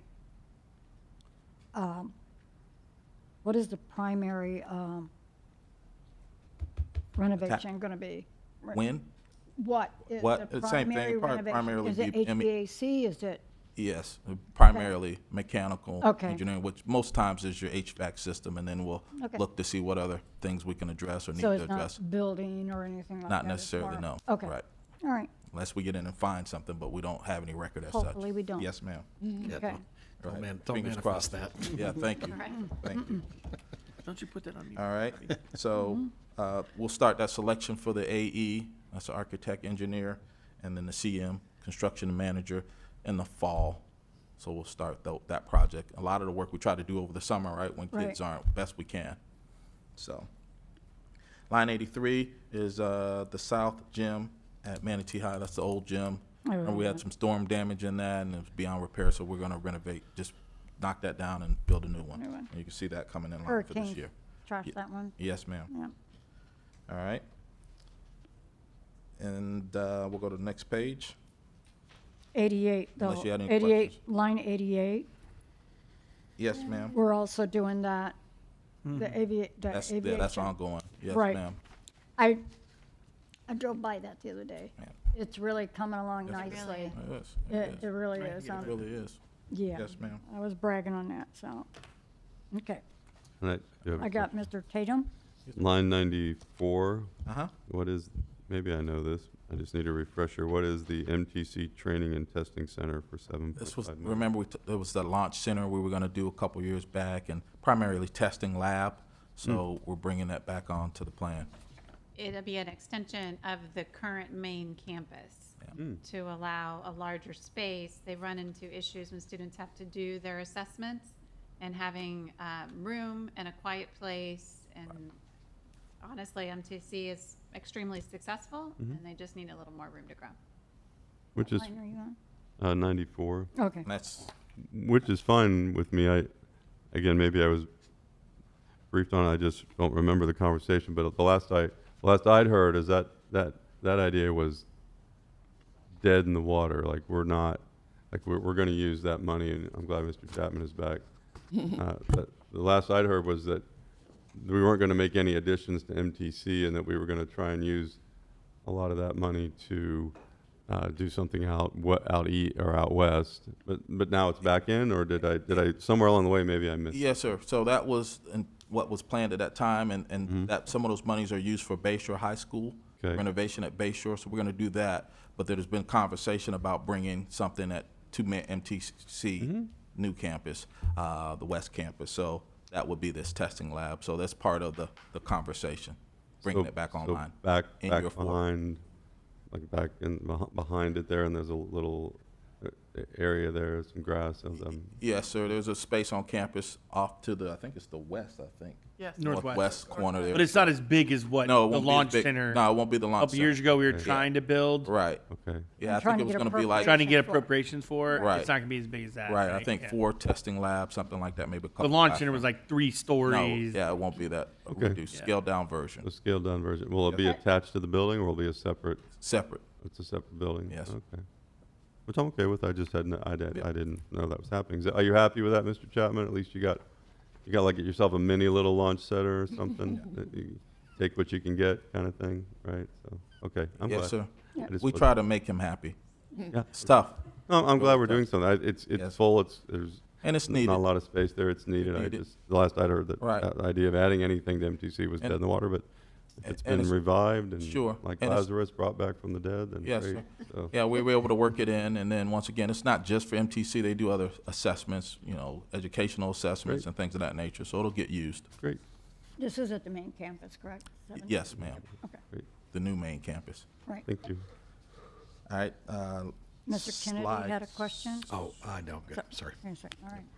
Okay, 690, line 96 is the Moody, right? And we're getting ready to go into design for that. So we'll be able to bring around September an update on that, where we are with that. We have the AE and the CM already selected for that project. Then, the fun one, number 121, that's your SSC.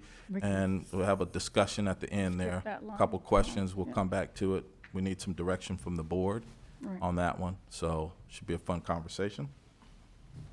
And then 126 is Tillman, which is similar to Moody, trailing Moody. We've already selected the AE and the CM, so we'll be able to give you an update on that design sometime in September. and this See is the 30. separate from the SOAR library. It'll be tied in, yes, ma'am. All right, Yes, ma'am. So we'll be able to give you an update that way. Down at the bottom, we start getting into Bus Hub. There's some money allocated for that. We're still hoping, working with the county, that'll be able to happen. So that'll be some money we'll need to do to get that property that they're looking at giving us ready for us to use. You'll see down at the bottom some things that we normally do. Some are reoccurring costs. Security fencing, site acquisition, if we see projects that we need in the future, that line, we'll load that in. We don't see anything past this year, 26, 27 being the year, if I can go back to line 132, 32. I don't. Yes, I think that's a low estimate of what we might have to do for site work, but I don't know. Yes, ma'am, we're gonna do some gravel, maybe a couple portables, because it'll be a temporary site, and then there's a gas station, a gas fuel tank close, so we wouldn't need to do anything. This is just for No- us to park our buses. No facilities then, Right. just a right, parking lot. Right, yes, Okay. ma'am, for that, to bring that up As long to as there's speed. some kind of facility We were gonna by for, bring a Yeah. portable or two was what we were talking to them about Okay. onto that property. all right. So, drivers can meet there, use the restroom, what have you. Mr. Tatum, you're lit up, are you? Yes, please. Go ahead. Line 142. 42. Are those the school security upgrades that we Yes, talked about? yes, sir, that we can't talk about, yes, sir. Right. That's all I want to know. Okay. We that's a little higher, so Yeah. than it's been. Good. I didn't want to talk about that, but. Yeah. Next page. We start, we do our bleacher inspections we have to do every year. You'll see fire alarm inspections, a lot of things, routine maintenance things that we need to do are carried through these lines. So you'll see a lot of that. I'll give you a second to look through there.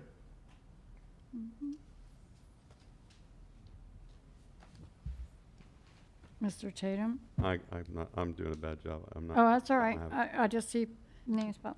I will say real quick, if you don't want that, like, if you could just say school security upgrades and change what that says in that so that it's not saying what it's I know. doing, right? Yes, sir. So that's not available to the public. It's just an idea. That's Yes, all I sir. have. I'm Yeah. off. That's all right. Thank you. We're good. We didn't tell what and how and all that fun Yeah, stuff, so thank okay. you. Yep. Line 162, roof repair and replacement. That's any other project that's not In on construction. pages, Yes, yes. prior pages. Yes, ma'am. So this is the maintenance and operations side. The other sides I talked to was construction. Construction. And sometimes they work together, right? Right. And say, hey, I'll do this, and then you take care of this side of the project. So Mr. Henson's not here today, but Mr. Golf and Henson meet with us regularly to talk about projects and how we're gonna fund and all that fun stuff. And this is all through capital expenditures. Yes, ma'am. Okay. And revenue. Okay. All right. Then, All right, now, on this, this I'm next sorry, Ms. slide. Belton. Yes. Ms. Belton. Sorry. I have a question real quick. With the, some of the water damage issues, with some of the storm damage, the old gym, looking at these, is this just from, is any of this funding coming from funding that we received at some point from the state, from FEMA or anything? Well, okay, these expenditures are for this fiscal year. Those expenditures you're talking about would have already occurred. Right. If we get revenue as a reimbursement for them, we do put it up into the capital, up on in the revenue line. But I Yeah. understand that the state, all the districts in the state have now finally received all their funding from Ian. Yeah. So, I know we're far behind, so. far behind. We don't, because the district doesn't know how much FEMA will reimburse. We're not booking receivables, so when we get it, we recognize the revenue once we get that. Okay. Yeah. Thank you. Right, and to that point, it goes back into the bucket that we actually pulled it from at the time, because we had to do some Do repairs. something immediately. So we had, right, immediate expenditures, delay reimbursement Right. is basically what we had to do. So when we get that delayed reimbursement, it goes back into that funding source that we pulled it from. correct? Right, and now, a lot of the FEMA that we have seen more previously, when there wasn't a lot of damage, Milton had a lot of damage with Helene and stuff. Previous ones, if there wasn't a lot of damage that occurred with the school or facilities, those were more related to shelter-type duties. Operations. So that's operations. So Operations, yeah. you're right, depending upon, we do our best to align it with the type of expenditures that those reimbursements tied to. Okay, thank you. Right. You can talk about cops. Yeah. Page 8, is that where we're at? Okay, now we're on slide 8. Okay, so as far as what occurs with this latter page, the transfers that occur, the capital fund does make transfers to the general fund when the general fund has paid for particular capital type expenditures. So it does start in the operational, but the capital can pay for some of that.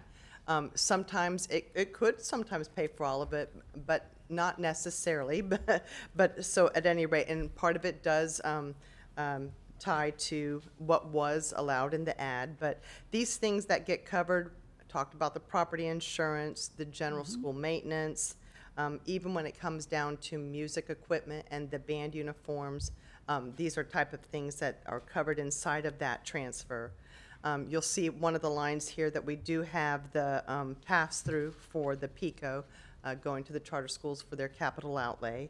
And a big part of what the capital is used for is the debt service. So this is the principal and interest on our certificates of participation and on the sales tax revenue bond.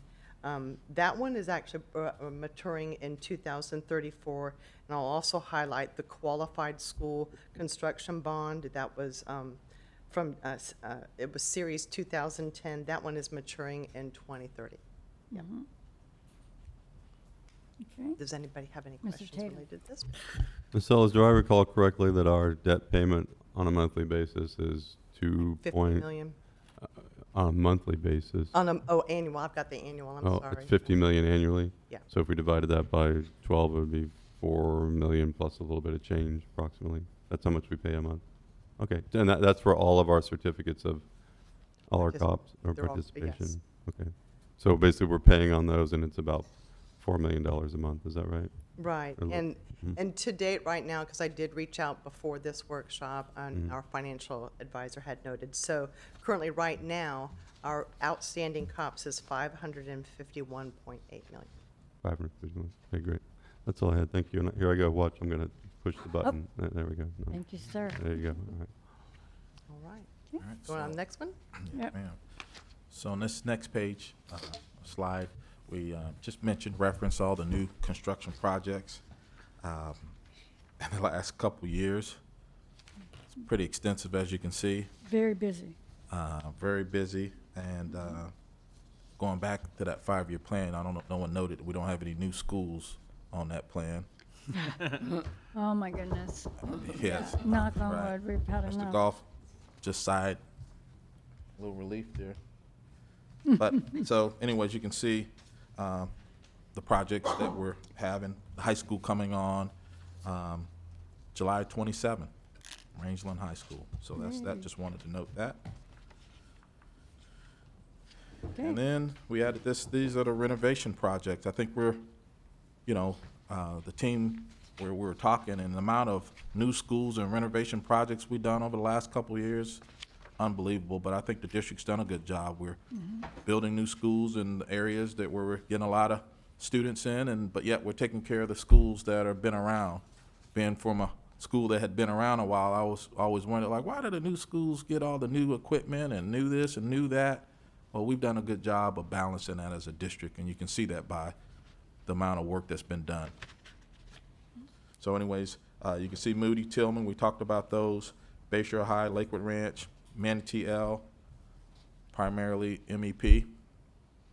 And then the last one is the SSC that we want to talk about on the next 2 slides and get some direction from the board. Thorn in my side. So, next slide. So, Madam Chair? There, I'm sorry. Yes, Mr. sir. Well, I Bennett. just want to, I have 2 things I want to talk about, and sorry. they one of them kind of dovetails in with what you're about to go into. yes, sir. So I just wanted to hit this, and Okay. then we'll No, go to that's your fine. piece if you don't mind. There's 2 things, and I've been waiting a while to talk about this with the board, but I've mentioned it to you before, and one of them relates directly to potentially the SSC renovations you want to talk about, which I'm sure you've already briefed the board on. But you've heard me talking about before, board colleagues, about the possibility of a solar parking structure out inside this building is basically just kind of like a pilot project to see if we can, if it's, feasible. Clearly, it's feasible because there's other locations in our area that are building such structures. Obviously, you have the benefit of energy generation through the solar panels, and then the employees or whomever is parking there has the benefit of parking in the shade instead of in direct sunlight. But because they're starting to spring up around, especially our area, they're in St. Pete, they're in Tampa, there's probably one in Sarasota somewhere, I just don't know it. But I would like to see us, with your support and the superintendent's support as well, of course, is just maybe putting it out for an RFQ to see if obviously there are companies out there that build these things because they're up, but would it be something that could fit into our plan? And then if we get it up and our projections are positive and it's an idea that we could then take to other school district properties. We have 67 schools or so, 65. I'll just use 65, nice sort of even number. So there's a lot of potential.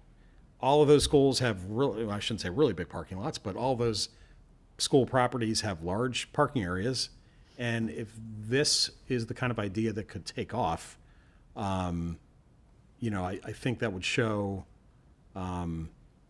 just to the public, especially, let me take a step back, talk about this project specifically. I don't know how many tens of thousands of cars go by this building every day, but I'm sure it's a lot. And so as a message to the community to see if we get an RFQ and it's feasible and it makes sense, oh, look at the school district's taking some steps forward to invest in renewable energy. Now, I know, and Willie, Mr. Clark, I appreciate the update last week about we're engaging consultants to let us know how we can become more energy efficient. I completely support that.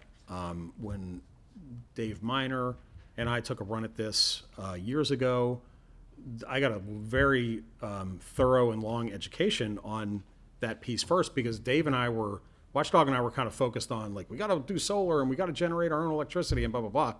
But then we got educated on, you got to make sure your building is efficient before you're generating electricity or you're generating renewable energy for that building. And there was not really, the board majority was just not interested at the time. So I figured now might be a good time to come back to the idea for your, obviously we're not taking any action, I just want to put this out there in front of you. And so kind of the easy, cost-effective step is let's just put it out for an RFQ and see what comes back. I'm not even sure that we would need, but again, on this idea, I still need some education, but I would imagine that with the size of our parking lot, and obviously you have deliveries and stuff, so you can't have these solar overhangs over the whole thing, but I would leave that to the capital team to work on that. But I'm guessing it probably wouldn't even supply enough electricity to run this building.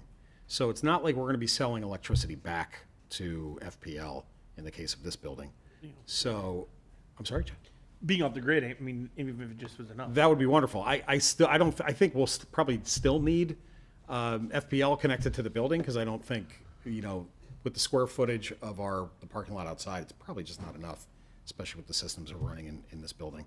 But that's the first one. And so I wanted to talk about that one first, because I think maybe it could fit into what Mr. Clark wants to talk about right now, which is, the plan. What do we want to do with this building going forward?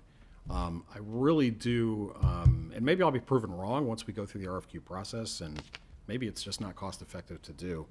But I'd certainly like for the board and the superintendent to explore it. So no decisions have to be made right now. Feedback is of course welcome, but this would be an action item for a future meeting.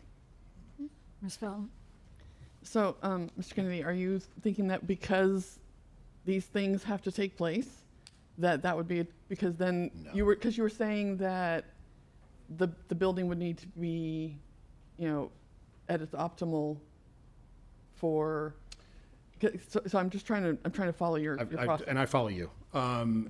No, I just think if we're going to make big improvements to this building, which I think we certainly should make on some time frame, I'm not sure a year one time frame for the whole thing personally is maybe not the best way, but if we're going to be making some big changes to this building, this might be a good time to do it. I've been interested in this idea for a long time, and the renovations to this building just came up on my radar kind of last week. So, which I'm not saying there's anything wrong with that, it's just the way the timing worked out. So, but it more dovetailed in the idea of, like, we're going to possibly invest $15 million into this building. As long as we're doing that, let's invest a little bit to build the structure, which, don't quote me on this, may pay for itself in 6 to 8 years. Okay, so obviously we know that the AC needs help. We've sat here and froze or sweated, despite whatever it's supposed to be working. We've had flooding, all the things like that. So when we get those things up to par, then that would make sense to me personally, to find a way to connect that system so that the systems inside the building are compatible with the solar taking place outside the building, so that everything is at an optimal level, so that we aren't wasting energy that we're hopefully collecting. That's a good point. And the building envelope is part of the, is part of the plan here for upcoming renovations. That's an excellent point. I still, just taking that small step of, like, let's just price it out and see who is willing to do it and at what cost, would at least get us moving in that direction of this project. My dream is in heaven, in heaven, Are they all solar? every school has a solar parking lot. Nobody is parking in direct sun and then gets into their car at the end of the school day and has to sit there and roll the windows down for 5 minutes before they can move because it's just too hot in there. And plus, this is Florida. We have sun 300 days out of the year. We have direct, bright sun on top of us. Like, let's monetize it. Well, I can tell you I grew up with solar on my house in California. Yeah. And I was a kid, but I do know how that it really did benefit us. It heated our pool, it heated all of our water, and it did reduce costs overall for my family. So I personally understand the benefits of solar, and I am all in favor of that. I'm not opposed to any of this at all. So yeah, if you want to, if the board is in supportive of looking at getting an RFQ on that, and then with the optimizing the building, so that those things then work effectively, I think that would be well paired. Yeah, That and makes sense. you do make a good point in that, like I said before, when I got educated on it, it's, making sure your windows are sealed and you don't have leakage of AC or in other places heat, whatever, in our case, AC. That is crucial, and you want to do all that stuff first before you're doing anything else. But this building is still going to need electricity no matter what, and my hope is that these solar structures can at least partially provide the capacity we need. Yeah, no, so that's why I was saying I do support it, because I think that if we can get the building where it needs to be, then this will be an added benefit to that, and everything will function well Yeah, together. amen. Okay, thank you. Mr. Cho? I'm just gonna say yes. I mean, I agree. Looking into it, is a good idea. Once we figure out what we're doing with the building. So, I wouldn't necessarily support RFQ right now, simply because we have a big topic to discuss. But I would direct the superintendent and staff to look into other sites that might have solar and before their electric bill and after their electric bills, to compare how much savings they got from it. I do know one of our charters had converted some of their building to solar. So we have something here locally to compare, and/or Hillsborough, like, I think, did you say Hillsborough County? And I don't know if any Hillsborough else, but- schools are doing it, but I know like Tampa Airport, for example. Right. My whole thing was solar. I'm not against, all of those things. It's the destruction of the panels after. It's the recycling. It's the imprint it leaves on the planet. It's just all of those things that we are creating. A good example, the windmills. There's no way to recycle that stuff. You have to bury it. So that was a big education thing for me, is about the windmills. The one point to that is technology keeps getting better year after year. So the panel, the quality and duration of the panels, where it used to be 5 to 7 years, Right. it's now 20 to 25. Okay. So that's the life cycle is much longer. I'm certainly no expert, but there have been some advances in that area. So. Right. So that would be where I would be, is to at least do some research before we go out for some kind of a bid like that. Okay, and so in listening to the board, and then when we jump into the next conversation about the school support center, we can look at some research and dig and bring some information back to the board. I think this will be an ongoing conversation through July, exactly. August, and Right. September before we do our final budget approvals. So that gives the team some time to take a look into this and figure out. We can look at, even without doing an RFQ, we can look at if there are just existing agreements, so we can ballpark what the cost would be, and then that would give us a direction of what districts might have something, and then we can call those districts and do a little. Yeah, that would achieve exactly what I'm after. So it doesn't have to be an official RFQ. So. Right. We'll give it a bit and of I think time. I think we've looked at. I mean, this is years ago, and Mr. Goff, you can correct me if I'm wrong, but I thought we definitely looked at some early schools that we were building at the time, and we did look to see what the cost is to put up panels, and the cost just did not weigh what we were going to get back. So that's all in the whole process. Yeah. Which I think is great. You know what I mean? We'll have to weigh that as a board to say, do we want to do that? Yeah, for what's the this cost amount? benefit? Yeah, absolutely. of course. Go ahead. Yeah, if I may, Tyler. That came up when Watchdog was on the board. Bless you. Bless you. Bless you. And part of the pushback on, because Dave was talking about like putting solar panels on the roof, and there was some pushback on that. Mr. Goff can probably back me up or correct me here, either one. But there was concern about intrusions through the roof, like multiple Right. intrusions through the roof to install the panels. Yeah. Which does make a lot of sense because when it rains it pours around here, and then we kind of moved on to like, well, what if we put some solar panels out in the area in front of the school? And it's like, well, that's where the soccer field's going to be. That's where parking's going to be. That's where, it's like we just couldn't find space, which kind of over time got me to, well, we got all these parking lots sitting here. It's just kind of empty space. But you got my point, and Right. all good feedback, especially Yeah, from we'll be able to dig in and hopefully find some information. Awesome. Thank you. Ms. Felton? I just wanted to throw out that there is a high school in Seminole County that does have solar. I don't know the details of it, but I just know that there is one. Well, like I said before, I think we have a charter school that does have it too, that can provide Well, that. I'm pretty sure Provide- they went to the one that's in Orange or somewhere. Yeah, that's the Like, one. It doesn't have a cafeteria. I mean, it's like this incredibly It's a wall. energy Yeah. efficient Yeah. building, Yeah. but Yeah, plants like growing on the Little side. bitty yeah, thing, they've got yeah. food trucks coming in instead of a cafeteria. Right, I right. don't know about that one. Yeah. So there's one in Hillsborough. I mean, in Seminole. Okay. All right, But thank you for hearing me out. sure.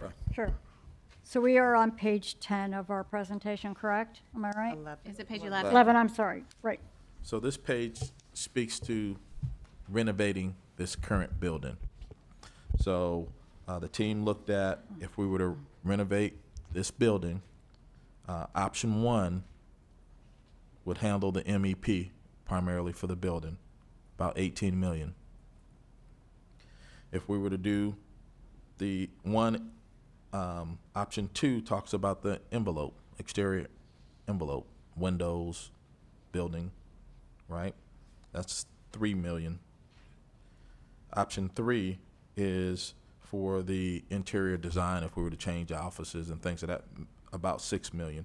If you total those all up, that'd be 27 to do a full renovation to this building. We're recommending at a minimum, looking at the MEP, as Mrs. Felton said, we've had a number of issues in the building recently. I think this was 1988, 89, was when it came to life. Over the last year, we've had a couple years, we've had some floodings in the building to the tune of about 2 million to renovate just that part, right? Whatever was flooded. So we've spent money, and the team is saying that we're going to continue to spend money if we don't do something with this building. It's a money pit. Yeah, That's the way I spend look some at it. money pit. Right now, we're in here, I don't know, it feels a little warm to me. Yes, We I just got my struggle. jacket. It is warm So, today. Okay, so we've been fighting, and they're out here, but, it's pulling us off, other projects and things of that nature. So, where we see it, one is the option one. Now, I should have mentioned that 5-year plan that we shared with you, as far as preliminary plan, that's balanced, right? So, the team, Ms. Sellers and his team, make sure we're in line. I'm always asking for more money and things, and they'll say, no, you have no more money. They're good at it. So that's balanced. Probably too good. That's balanced. We allotted about 16 million in there, so we'd have to come back and find a couple more just to even do option one. But if the board gives us direction, hey, do all of them, we'd have to go back to the plan and figure out, maybe make some adjustments. So that's where we're listening for feedback from the board. So Well, renovating. you got a lot of feedback lighting up here. Okay, good, I'll stop. So that's Okay, renovating yeah, this building. yeah. Do you want me to talk about the next page? or, No. Okay. Well, Right. Do you? actually, Could, let's yeah. do talk about, if you don't mind, board, if we could go I ahead. just have a real quick Yeah, question sure, sure. Fire away. about the expenditures that I asked yesterday. Were you guys able to get a number on that? So, Mr. Choate had asked if we could pinpoint over the past 4 years, the amount of money spent just on fixing the broken in this building. And so the team took a look. I'm sitting at about 2,225,000 2 million, 2.5 million, just for major things. That's not little things. The generator, water damage was like 1.7. You know, we did entry lobby. That was 2015. That was 600. So about 2.5 million in the Okay. last Okay. 2 Okay, years. thank you. 2 years. In Okay. the last 2 years? And it feels like also like, 24, yeah. And this that's was, just this for- was probably outside of 4 years ago, but like, we dropped like $1 million into the elevator. Yep. Elevators. I feel like on there was a couple million spent on the roof. Yeah, yes, sir. I didn't You go know. back that far, yes, sir. Yeah. And I only no, mention it it's- because this has been, SSC's been on the 5-year capital plan since I've been on the board. Right. Since 2020. Right, we just keep, So I just, that's One of the why I- first Not a- projects I looked at. It's And in- not a popular thing to add to the capital plan because nobody wants to take away from a Sure, school. sure. right, But it is getting to the point where we're taking, we're being irresponsible by not addressing. right, and taking away from school because we're sinking money into it Right. that could, one way or another. So go on to page Thank you, 12. former Oh. superintendent. Just kidding. Did I say that? I can't kick it. It really is warm in It's a here. different kind of shade section.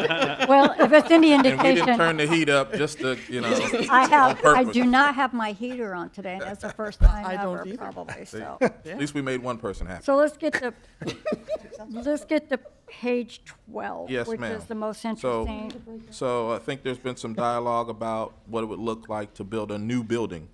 So the team, you know, and this is, you know, hypothetical, right? So if option one, if we were to build a similar building to what we have and demolish this one, 41 million to build something in its place here.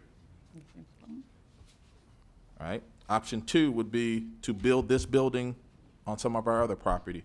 We have land at the PSC. That'd be about 41 million. We have land at Wakeland, about 41 million that could fit to build there. Now, the benefit to option two and option three is then we could sell this land. And, you know, prices are changing as we sit, right? So we got an estimate of about 11 million that would come in to offset some of those costs to build somewhere else. So those are the that's 4 options. Renovate where we currently are was the last page. Knock down this building, build here on this property. Knock down this building, sell this building, build at Wakeland, or build at PSC. And those deltas aren't that far apart, so. Yeah. Right. Right. Board, if you don't mind my taking liberties, this has been a real pain in my side. This is one of the first projects that came before us as a board when I got up here.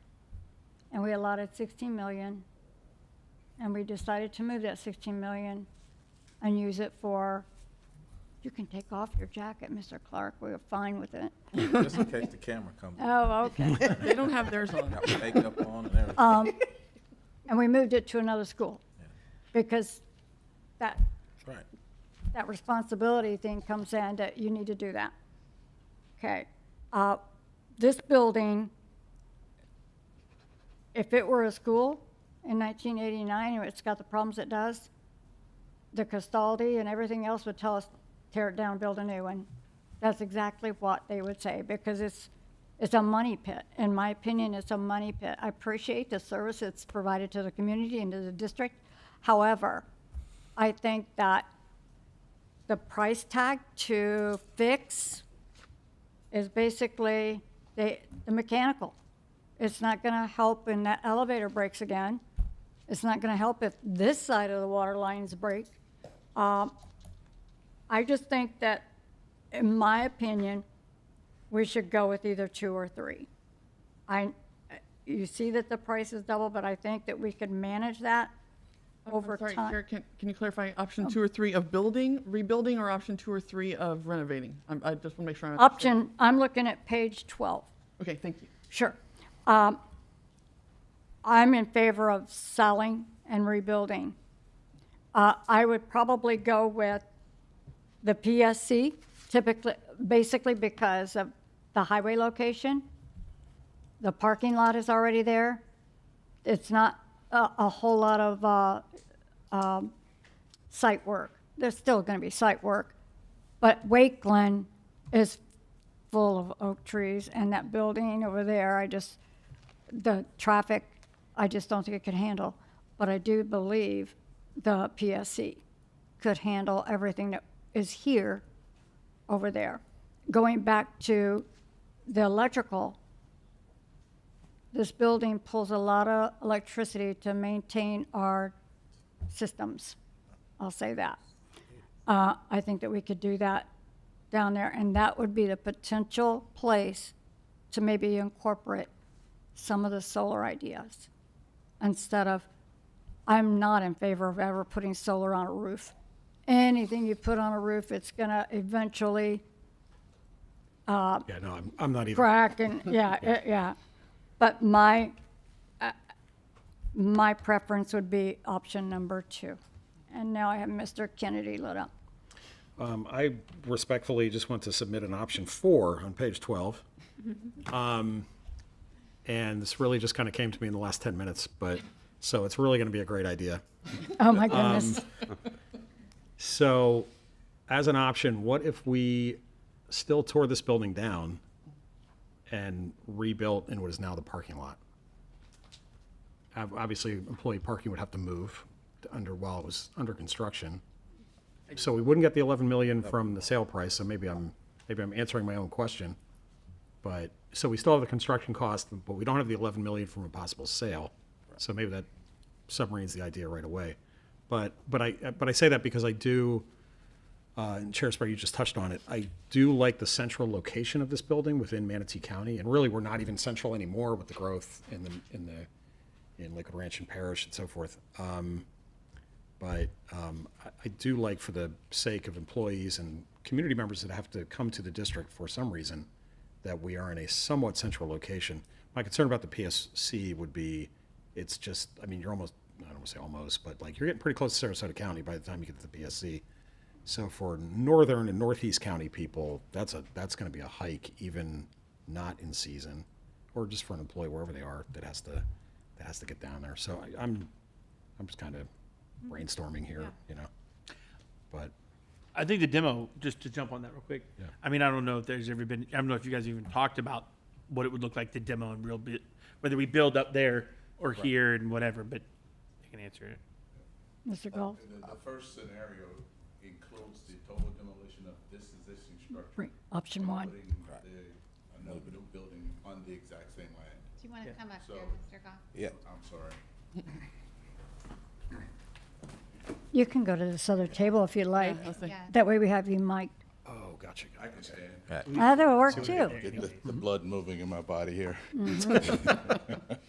The initial first estimate on page 12 is a total demolition of this entire structure and building a new structure on the opposite end of the property. And then this would be the Oh, parking lot. okay, Yeah. okay. So, So so that was already the plan? Yeah, Okay, that's already in the plan. Not knocking it down and building on on where we are. Where That's we sit exactly now. right. Got it, thank you, okay. So we would be- I told you it was a That's terrible typical. idea. Could be the, Oh, my No, you goodness. were already on the point. yeah, yeah. Thank you, sir. Thank you. No, not a bad idea, but Ms. Felton? already thought through. I'm going to support Chair Spray on this and go with option 2. Yes, it will increase my drive from Parish by another 20 minutes. I might not want to have those 8:30 meetings anymore, Dr. Breslin. I'll need more time to get here. But I feel like, and I don't know if this is possible. Can this building stay here until that building is done and then we move everybody, or are we going to have to move everybody and then move everybody again? No.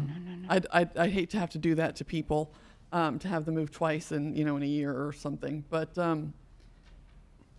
I think also having it by the PSC, so many staff have to run over here from there.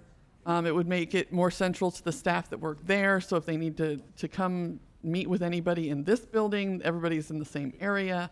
It will reduce driving time for staff as well in that respect. It'll even be closer to Wakeland for them as well. So I can see that as a more central location for district business.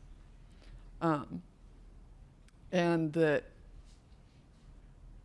I also thought about the trees also at the Wakeland Center is beautiful trees. I love it. It's gorgeous, but then we'd have to tear things down and I'd hate to do that as well. You know, at first I have to say I was in favor of just biting the bullet and renovating the whole thing. But you're right, it is a money pit, and that as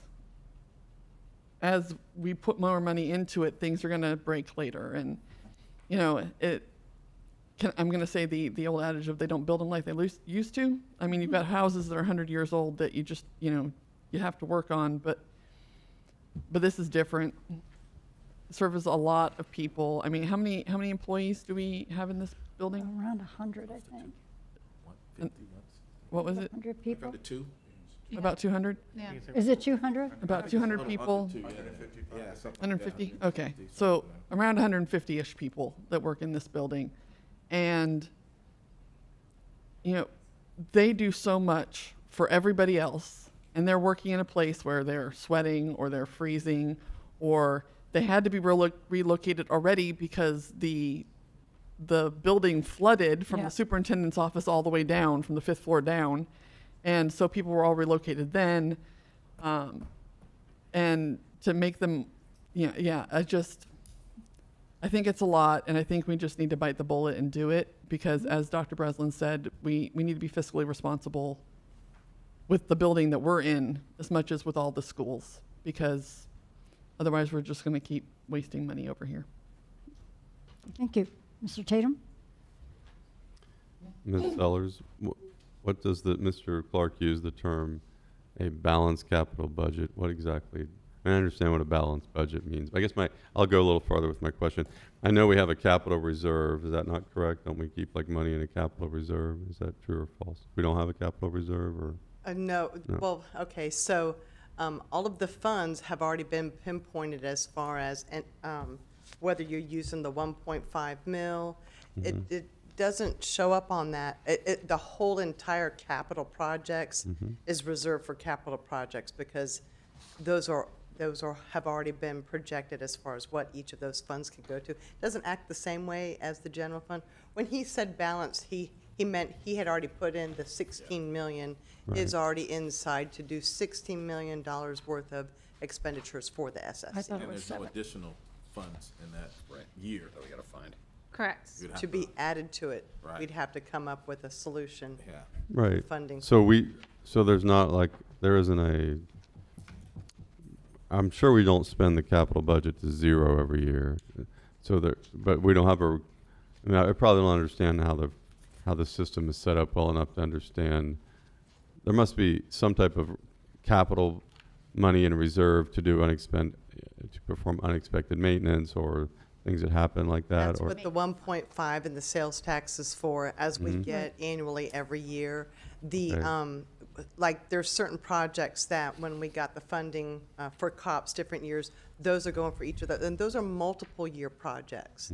So within each of those projects, there's an accounting for which type of funds are paying for that particular project. So the capital fund is more of a multiple, it's all in your carry forwards because they're all designated to be spent on it. So for those repairs, as we get the 1.5 mil in, so much of the 1.5 mil is used for our debt service, and we monitor use a conservative approach to make sure that those funds are available for the debt service, and we plan to make sure, since we don't go up to the legal max, that we have them for the other capital needs like you're suggesting. But we do list in expenditures, annual repairs and maintenance as a line item to Right. take care of emergency situations. That was in those 3-4. Right, but that's for maintenance, so if we took that, then we might not have Correct. maintenance. That's why. So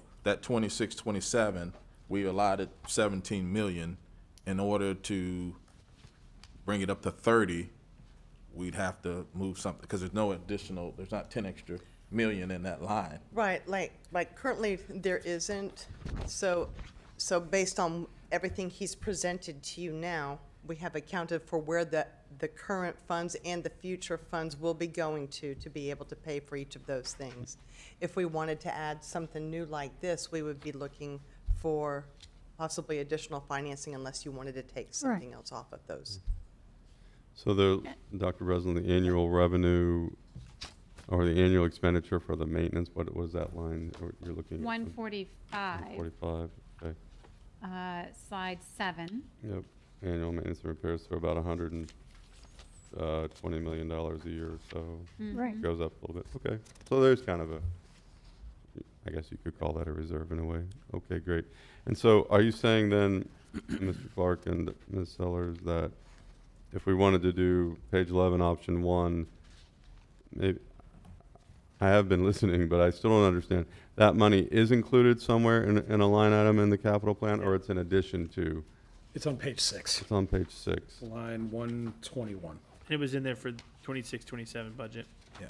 16 Right, so we already have 16 million to go towards whatever you choose to do That's out right. of these options. That's right, We have some funds already put to go towards it, but Right. these options are more. So, than Mr. what- Tatum, to answer your question, if we decided to do more than just option 1, the mechanical system repair, we would be looking then to go back, the direction from the board would tell us, go back to your 5-year capital, go back to options. Right. And tell us, this is what we'd like to do. Team, come back and bring us in July or August how we can fund it, and then we could bring you back ideas on how we can fund it if the board has a particular direction. And we would have to bring back ideas to the board then and say, we heard you, here's our recommendations on what we could do, different options, Okay. before we get to September when we do the final approval on this point. Is this building structurally sound? Okay. So the answer was yes, just in case it wasn't picked up. Yep, yes, it is structurally sound. Good call. Good to know. Actually, we didn't want to leave that From the hanging. bottom floor. So if I So, could, go ahead. I want to dialogue with you a minute. so. okay. So I'm gonna make a point, and I'll ask a question, and I just want y'all to know when I say this, I'm not, and I need some more information. I'm not trying to poke fingers, okay? So just work with me through it. So explain to me again. So I know we can use impact fees for, right? We can only use impact fees for construction that we need for new students, basically. Is that essentially what impact fees can be used for? Correct. So, but any other capital money that we use, that we get in, which would be the 1.5 mil capital tax, sales tax. Is there any other revenue source for capital? The other, COPS. what I do is when we have gone and issued COPS, COPS. and eventually the majority of what we do the fund to pay that debt service is the 1.5 mil. Okay, so what can we use COPS for? Anything? I mean, we want to, or? It could be for new construction or Okay. renovations. So with that information, this is, and maybe I'm wrong about this, but this is what happens when you've heard me use the word Cadillac and Chevrolet schools, right? We need, it appears, about $30 million, because I would actually like to do option 2 on page 12, which would be move everybody over towards the PSC, get us all together over there. I know Matsky's still separate a little bit, but yeah, and I actually think it's a little more centralized in the county. I would like that, but if we do that, then we're going to have to go back in, as Dr. Breslin said, and start. Well, we're not going to renovate whatever school, right? And so if we'd only spent like $150 million on the new high school, and build a Chevrolet school, save $25–30 million on that school, we'd have the $30 million potentially here to do that. And now we don't. And so now I'm kind of stuck, because I'd really like to do option 2 on page 12 and get everybody over there and get us all together. But I'm like, well, but which school's not going to get renovated, or which school's not going to pay, who's going to pay the price for us, implementing option 2. Now, it could be that because of the way we're allowed to spend money, my analysis is not correct, or even if we'd have saved $30 million on the new high school, we still couldn't use that. But my understanding is we borrowed COPS money for that. And so that we can't, and you just told me that we can use COPS money in any way that we want. It's not restricted on how we use it. And so I am making that point then, that if we had saved 25 or $30 million in that school, we'd have the money to go build option 2. And so now I'm kind of stuck because I want option 2, but I don't want, it's just going to be hard to tell a school they're not going to get a renovation. But anyway, Okay. so I'm done. So, No, I want to dialogue with him just a moment, if you don't mind. Mm-hmm. Understand that option 1 for the $17.9 million Mm-hmm. is for mechanical systems repairs. It's not remodeling. Nope. It's just doing a mechanical AC repair. It's nothing more. I think that's. Plumbing. Well, plumbing, yeah, But primarily. right. Yeah, any, Nothing for The cosmetics internal, yeah. at all. And to me, that's just kicking that can down the road for a whole nother board.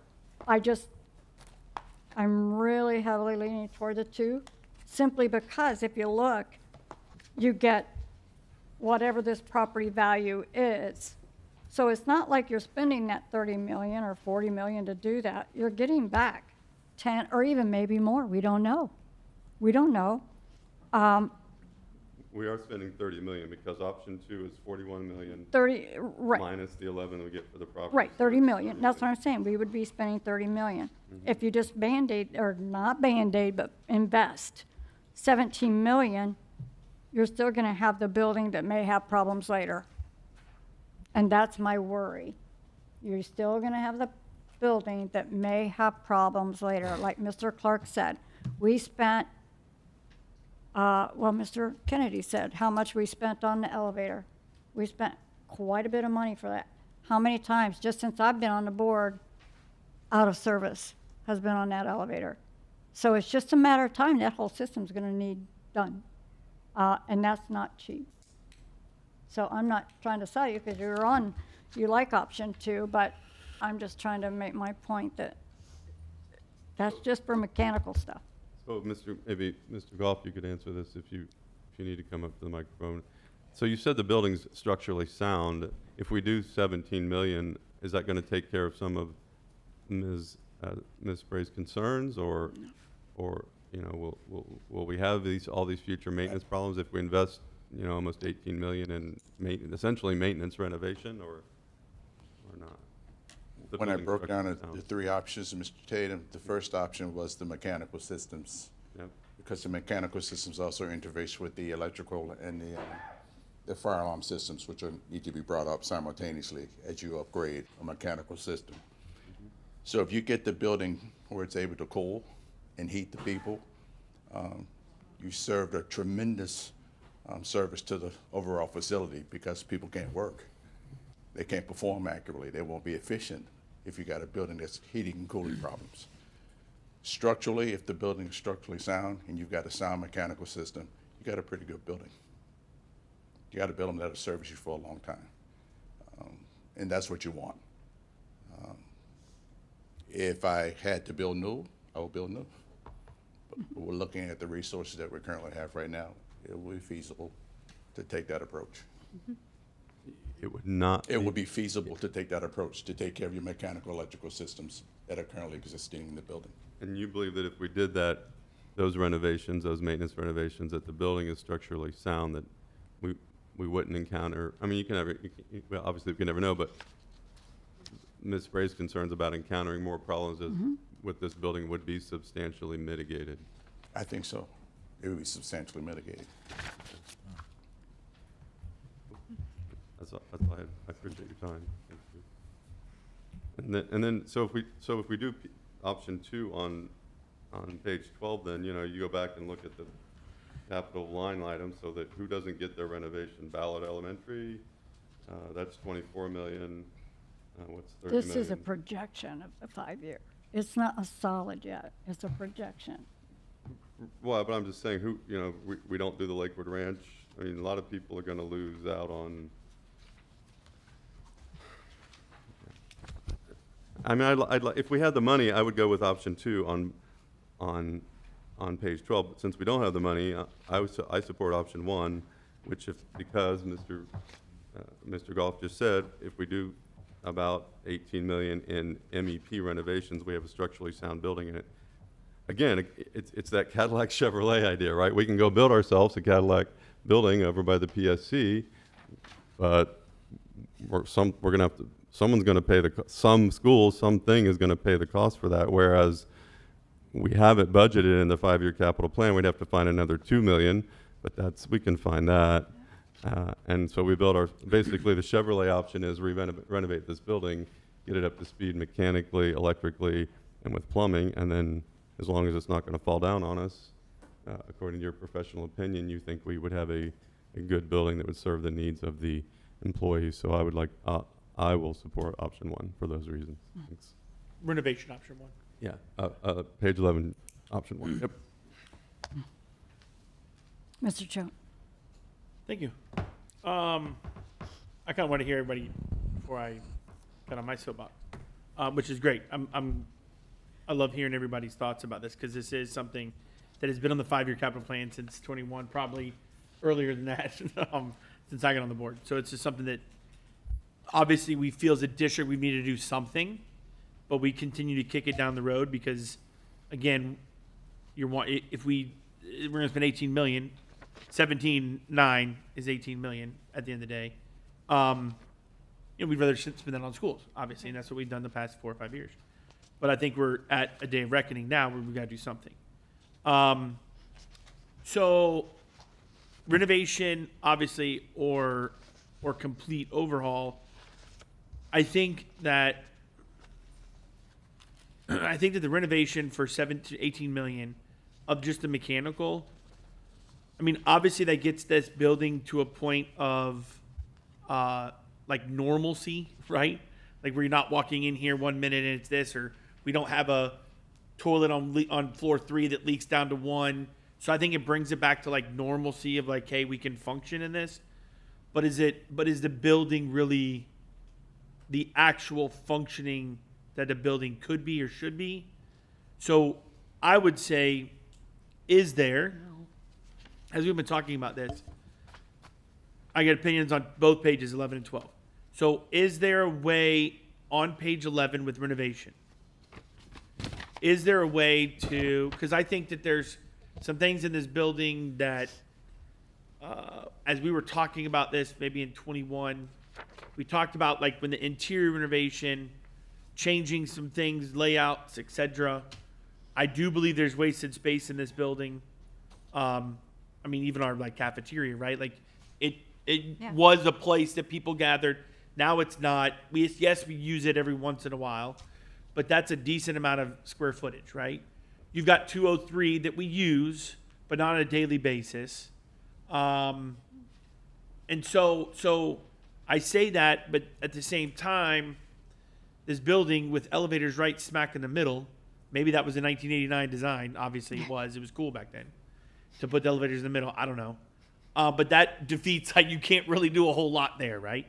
So I do believe that could there be an option for that there's some interior and maybe not all of it, but there's some interior. I'll tell you, like first things first, like bathrooms. Obviously, I've never been to the women's bathroom, but like the men's on every single level is atrocious. Like it's bad.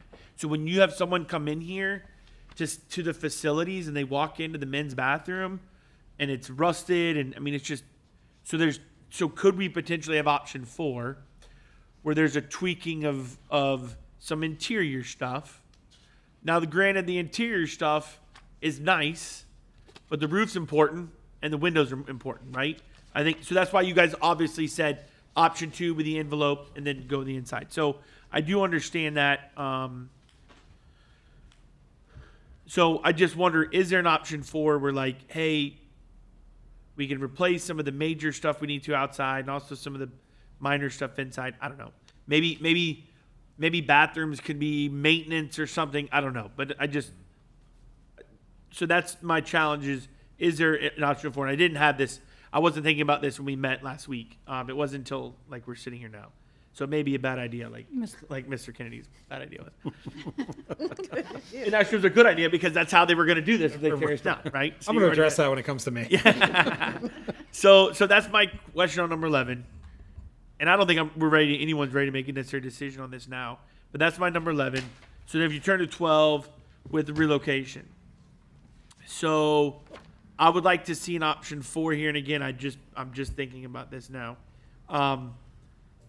Is there a potential option 4 that we sell the PSC and bring the PSC here in a structure?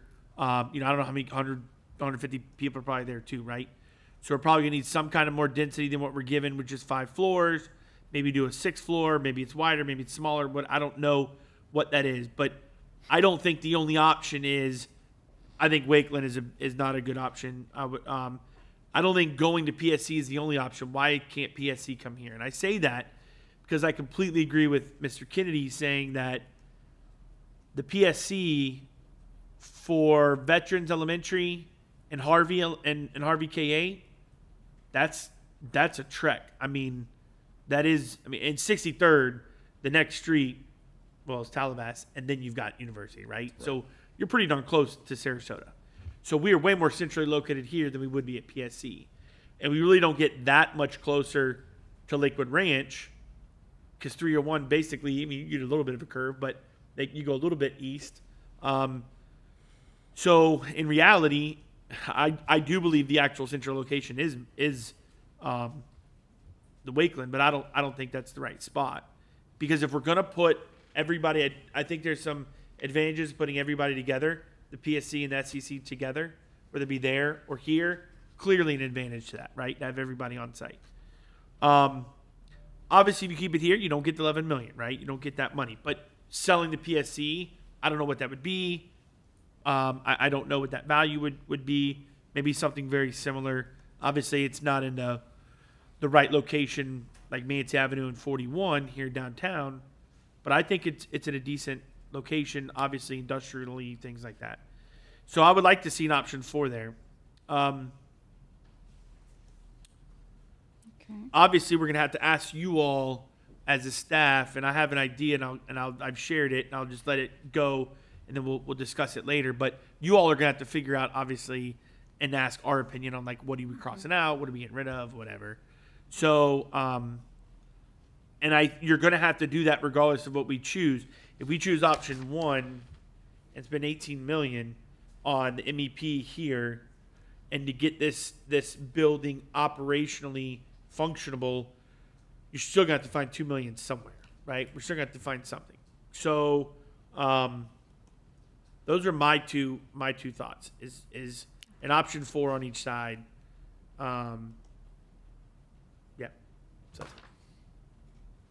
Okay. Mr. and I Kennedy. say good luck to you staff. Mr. Kennedy. Okay, first let me clarify my earlier misstatement. When we met, and I appreciate you guys did it with me on Zoom, so it's a little bit more challenging to go through all this, but you guys did a good job. My understanding was we were going to, with the demolition of the building option, we were going to move people off-site and then rebuild. So that's why I didn't realize, Mr. Goff, that was already the plan. So that was my mistake. I probably communication breakdown via Zoom. So I really do think, though, that, well, number one, the geography of PSC just does not work for me personally. I respect whatever the majority is going to decide. I'm just, but, and I just, if you think about Wakeland, because we've got the Wakeland property, and then right behind it, we also have the Horizons property. Right. And so there's acreage there. So I don't think, because I love the oak trees there too, I don't think we have to clear out all the oak trees to build a building. And really, if you're an employee in that building, what better wellness program than to have a big grove of oak trees right outside your workspace to go have lunch or walk around or whatever the case may be. Not only the physical space I think is workable at Wakeland, but I think it's just more geographically makes sense for how spread out our employee population is in our parent populations, family population, and so forth. I also think, and I know 11 million is just a placeholder number, but this is a prime piece of real estate in downtown Bradenton. And I think letting this property go would be an enormous mistake. And I've seen, we did it with the property right next door, which now has a storage place on it. That used to be basically our HR center. And, And checkers. and, right. And you know, and I think I was on the board when we decided, that was a while ago, but I think I was on that board that decided to sell it.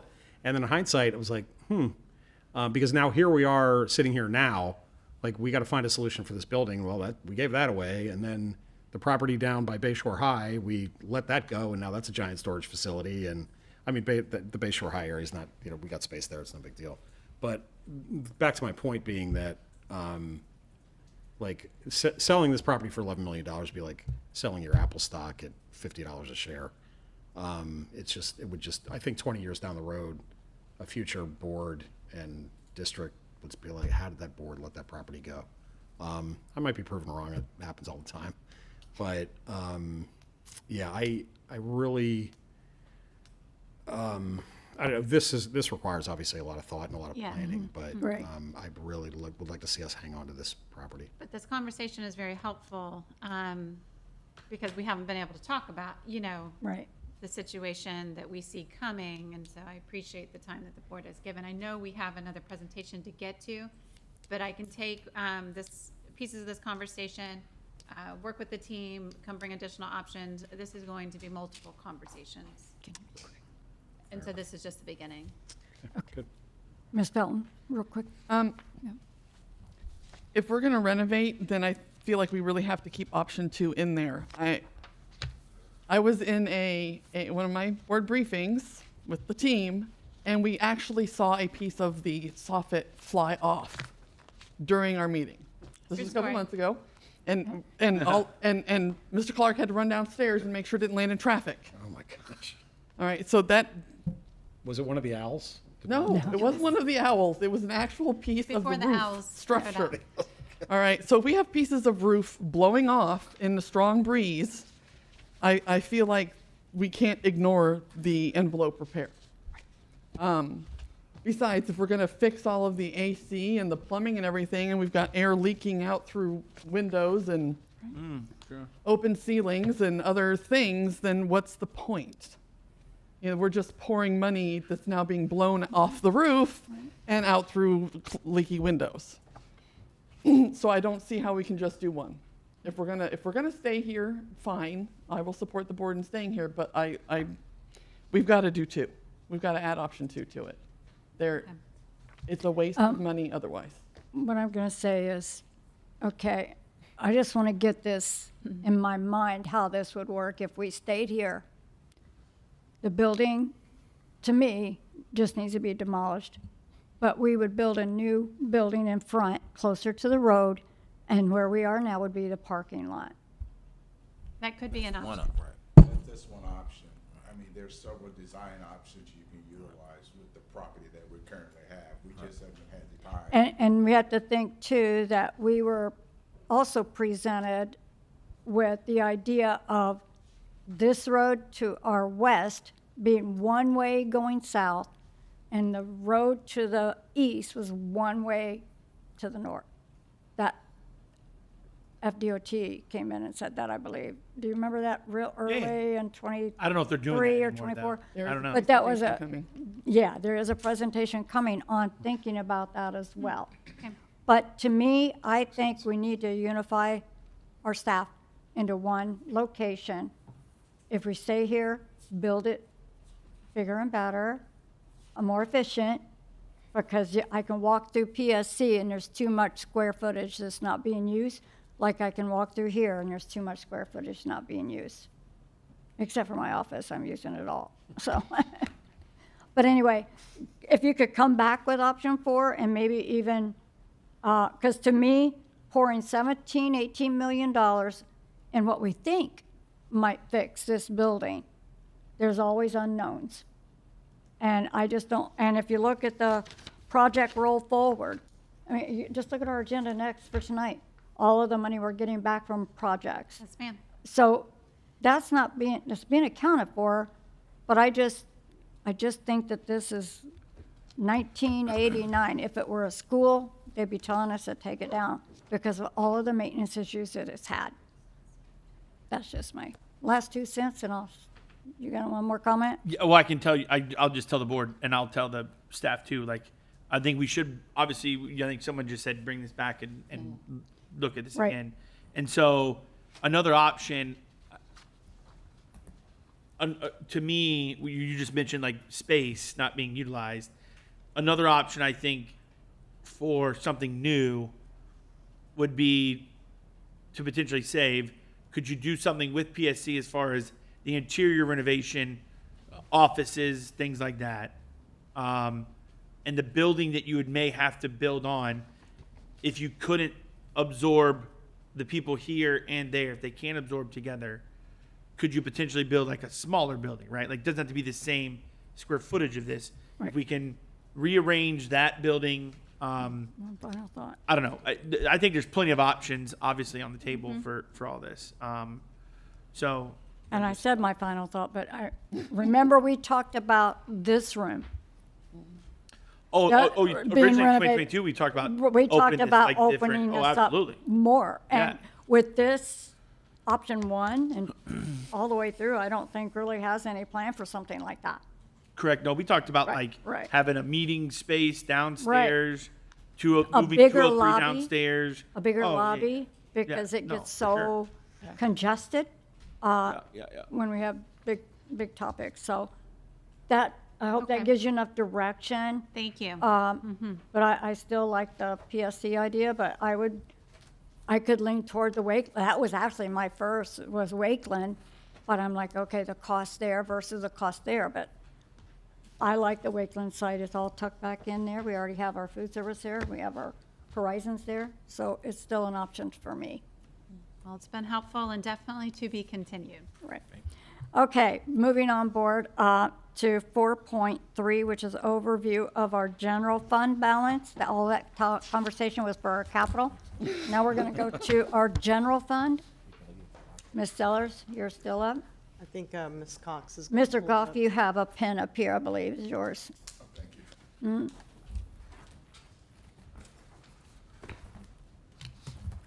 I think we can probably build in a small break in between this between this presentation and our regular board meeting. We'll have to. Yeah. Okay. All right. Yes, please. Okay, so we're transitioning into that, right? Yes, ma'am. Okay. Thank you, Mr. Clark. Thank you. Mr. Goff, thank you. Thank you.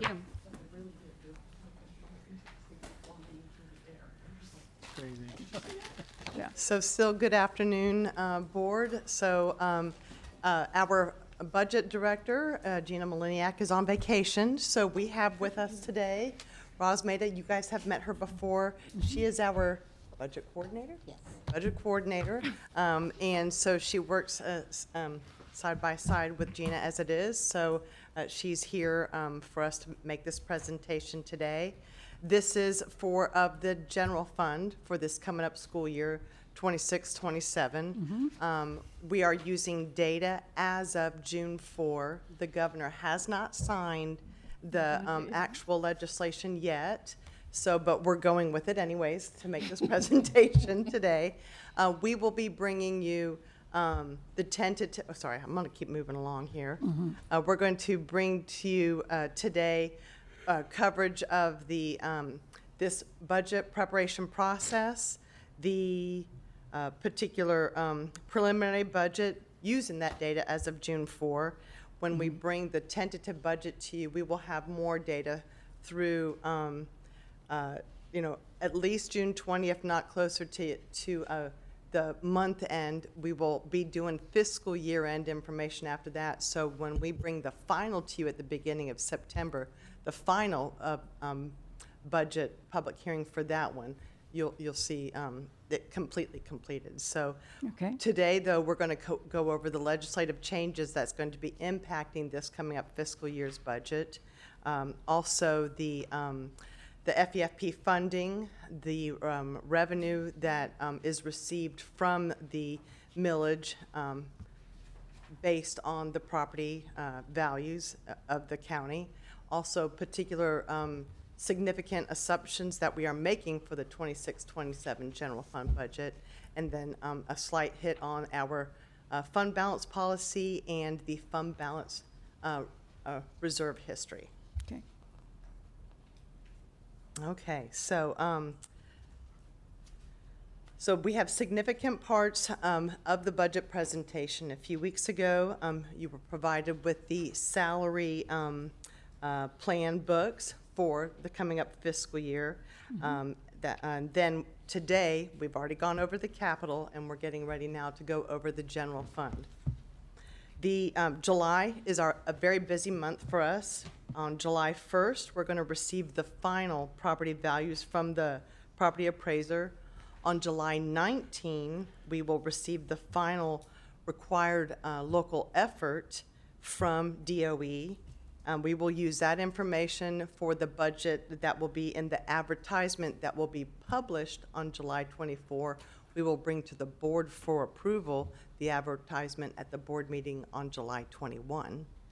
And then the tentative budget comes the last week of July. That'll be the board meeting on July 28. Then we will have the final budget on the first week of September. So the preliminary budget, using the data that we had, again, through June 4, last year, we had started the fiscal year 25-26 with a budget of $120 million. We are projecting at this point to be starting off with a fund balance of $90 million. We'll go through this a little bit later on. We had been using those ESSER funds, and as I go through this, we'll see how that plane has landed. But the general fund, this presentation, it's in trim format. And so how the budget gets measured is you add in the incoming source of funds, which would be the revenue for 26-27, plus any transfers we have from other funds, i.e. capital, which I had just mentioned in the last, and all of the opening balance, fund balance for the general fund, which is the $90 million that we're showing here. The 26-27 preliminary budget, then in total, when you add those three line items together, it is $753.8 million. And the expenditures are totaling or projected to be $668 million. Then we have items that are already been reappropriated for carry forward programs in both the restricted, assigned, and purchase order assignments, totaling $31.4 million. So this will be, when you look at that projection and an ending fund balance of $54 million, which would be at June 30, 2027, we make these expenditures, we would be looking at a reserve of 7.78%. Okay. Again, we will have more changes when we bring the tentative budget to you as well. I have a question. Sure, I'm sorry. It's okay. So I thought maybe I misheard you when you spoke. The total revenue, I thought I heard you say 700 and something million, but it's actually 753 is our whole budget, which is revenue plus transfers plus the beginning fund balance. okay. So later on, when we bring that final budget to you, and we have all of the funds. Remember last year we had 1.78 billion because that was general, capital, special revenue, all of the other funds that roll up. But today we're only showing you capital, the two major funds, capital and general fund. Okay. The 663 that you, is that what you're questioning? It's not including the beginning fund balance. That's okay. That's right. So if you added 663 plus the 90, you would get 720. Yes, or so. then you get And 753. transfers in are things like grants and stuff like that. or- That would, well, What are those transfers ins are coming from the capital. okay. yeah. What the And- but to and- pay for bus drivers and stuff like that. Yes. Correct, Okay. correct. So I just wanted to make the point that, in theory, because I started noticing this about 2 years ago, is we're basically spending our savings account. Correct. Right, and so this year, just looking at the numbers, if we started with 90, almost 91 million, and we're ending with 54 million, that is about, trying to do public math, that's always dangerous, right? What is that? 36. That's 36 million, right? Yeah. That basically we're spending out of our savings. So the next year, and that's why you get the big bucks, Dr. Roslin, with your staff, is, I mean, to kind of make, so now we've hit our budget, we've hit our sweet spot for our reserve between 5 and 8%. So now there's, Exactly. and we might have a little bit left over because we don't fill all of our employee slots, but there's no more savings. There's not going to be a lot of savings to be spent. Right. Well, Exactly. okay. Great. I just want to make sure I understood it, right? Because I've always wondered every year, I'm like, we spend more than we take in, we spend more than we take in, we spend more than we take in. I'm like, how can that be? And then finally, I figured it out last year as well. Because of ESSER funds, like you said, we've been banking money into our savings account, and we've been spending down that savings account. But this next year will be the year that there won't be a lot of money in the savings account. Correct. And there will have to be some significant savings found to the tune of probably somewhere around $30 million. Yep. Right, right. Roughly speaking. Okay. Thank you for clarifying that for me. Mr. Cho? I just real quick question, just because on that same line of thinking, this year, this is going to be off, like, you're not going to be able to answer this probably off the top of your head, but we were like roughly 1.7 billion, almost 1.8 billion, Yeah, 1 point. but we didn't go over our budget. Oh, no. Like, we didn't spend 1.9 billion. No. Right? Right, right. So, Hence the carry forwards in correct. all of the. Correct. funds. And so that's where that's where I feel like this budget process, I mean, don't get me wrong, it's obviously intricate and there's a lot of things happening in here, but I just want the public to know, and even it's up here, like, we've never gone over our budget. Like, so we have budgeted, obviously, here's what we're spending this year. And majority of the times, we don't even get to it at all. Like, we're lower than what we should be. Right. Now, the reason why we're spending down from our savings is because those ESSER funds were meant for XYZ. You got to spend them on XYZ. And so, obviously, that's what we've done the last 5 years-ish, right? And so those are gone. So now we're going back to our normal, how we've always been prior to ESSER. And actually better, because if you go back to prior to ESSER, I look at you because you were on the board. But there were some difficult times, like, way back, right? So yes, our expenditures on paper are more, but we've never expended our actual expenditures Right. We'll to a end up full with- to a full number. Right, to a full number, hence which is why we have carry forwards. The budget that we bring to you, if we spend all of those, use what we have, we are hitting our target reserve that meets what we need to do for board policy. If there have savings, then we have that luxury of being able to have that carry Right. forward next year in 27, 28.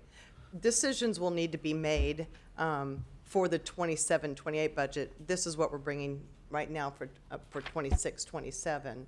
But it will have that same decision-making process, looking to meet within the 5 and the 8.5% reserve to bring back to the board. And that is, when we're talking about the roll forward, Mr.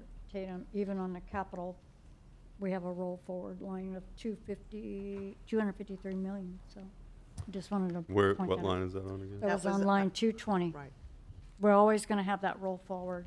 Because remember, they tie to multiple, those projects go to multiple years. Right. Right. They're, yeah, so those Those funds will funds are, always be rolled. but you told me They're those funds spoken are for. spoken for, though. So it's really not a Yes. reserve. General. Right, yeah, but they're rolling over from those projects to be spent on those projects. If there's savings, and if they were related to COPS, like I brought to you before, when we had some savings in the 2023 series, we brought an amendment resolution to the board to add on Tillman.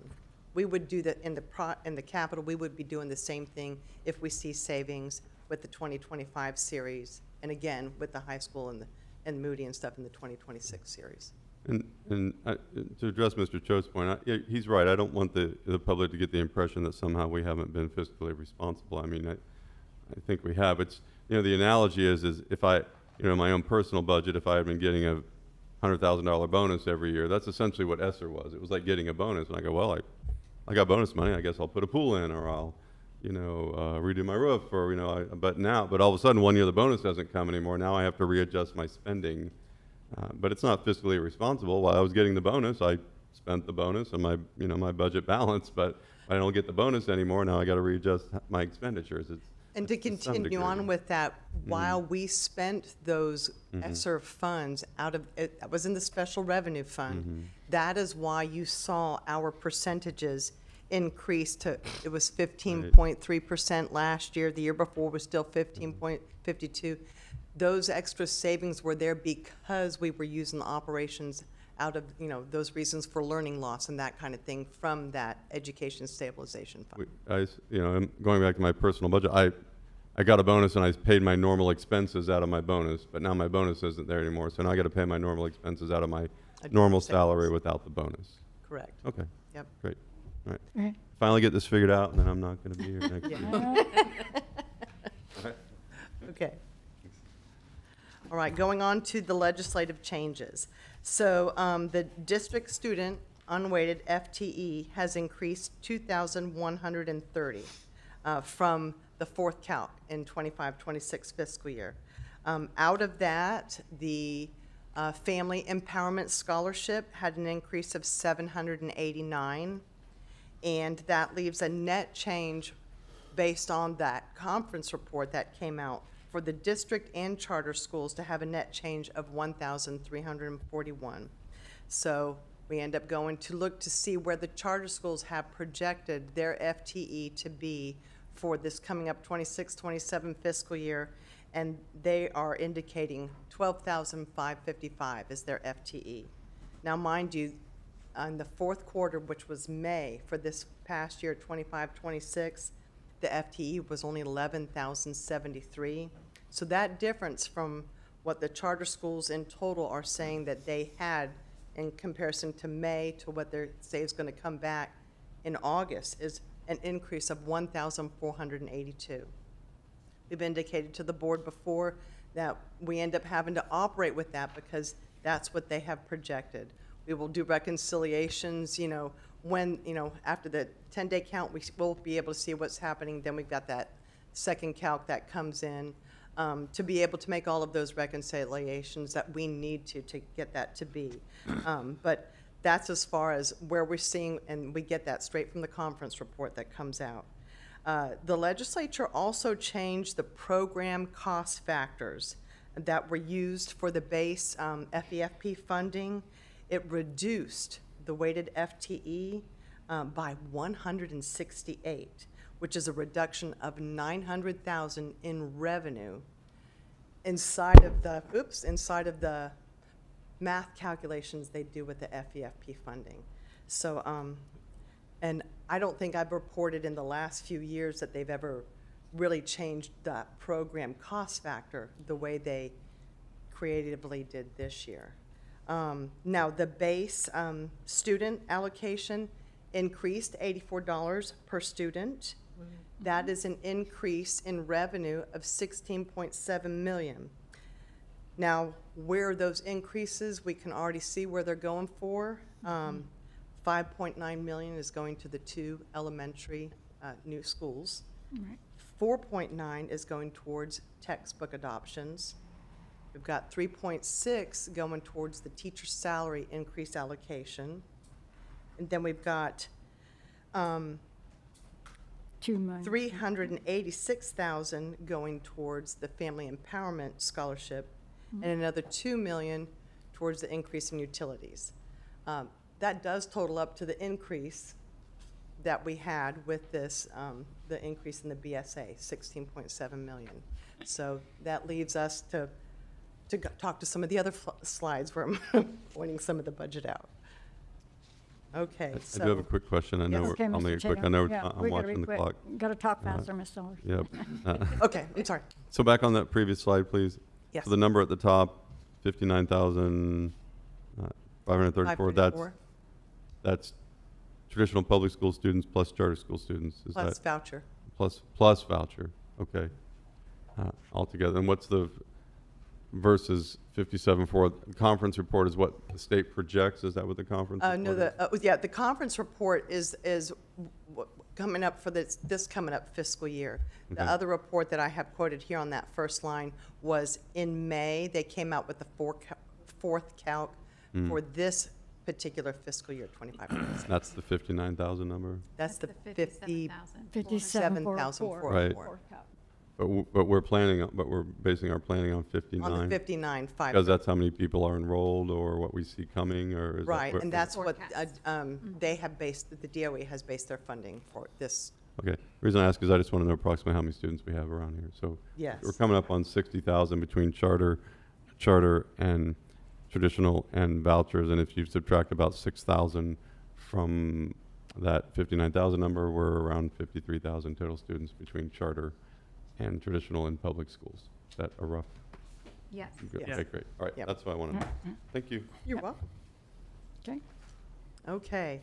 Slide This top bulleted item happens to deal with the new change related to the joint resolution that will be going to the voters in November. This was the change in the exemptions for homestead.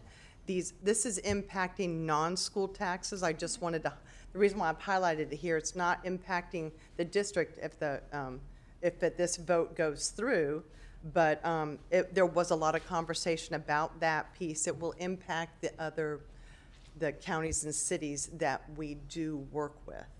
And that ultimate, if passed, changes that homestead exemption from 50,000 to, in 2027, it would be on the first 150,000, and then it graduates up to 250,000 in the year 2028. They also did change where they reduced to 5% from 10% that annual cap on assessments for increases of non-homestead property. Additionally, I wanted to point out that the categoricals, the material ones that increased was the ESC guaranteed allocation, that increased 2 million.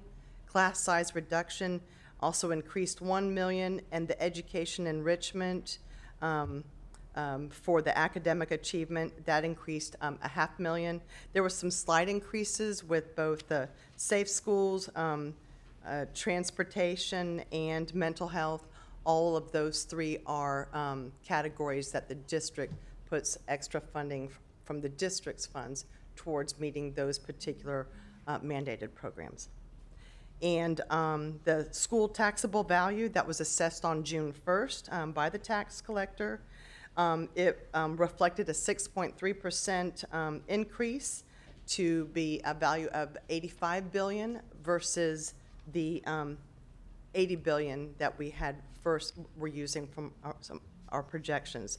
And that resulted in an increase of from local funding to 14 million, even though we're going to see that the required local effort rate decreased down to 3.007 this year.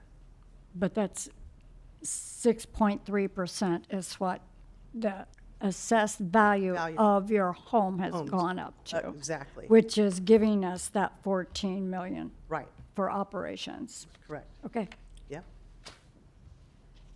All right, so the mandated Seven. programs. I think we've kind of heavily covered these pieces. This is the slide where I end up showing to you, or letting you know that the base funding was 342 million. However, out of that, we have 160 million that must go towards the mandated programs. First and foremost, the charter school proportionate share, which is excluded from the categoricals. That did, it increased to 76 million. This is due to the charter school's projection that, where they indicated that they were going to be increasing 1,482 FTE.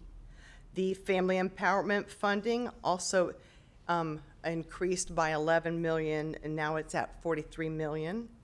And then there were some other, and so any of these increases to these mandates, it's supposed to be covered by the BSA increase, which we've already identified that that's not necessarily the case because we have so many other expenses that BSA also had to cover. The the classroom teacher and other instructional salary allocations, it increased 3.6 million for the increase side of those raises, and then maintenance is 18.3 million. In total, that's 21.8 million in the category for the teachers' salaries and other instructional professional support.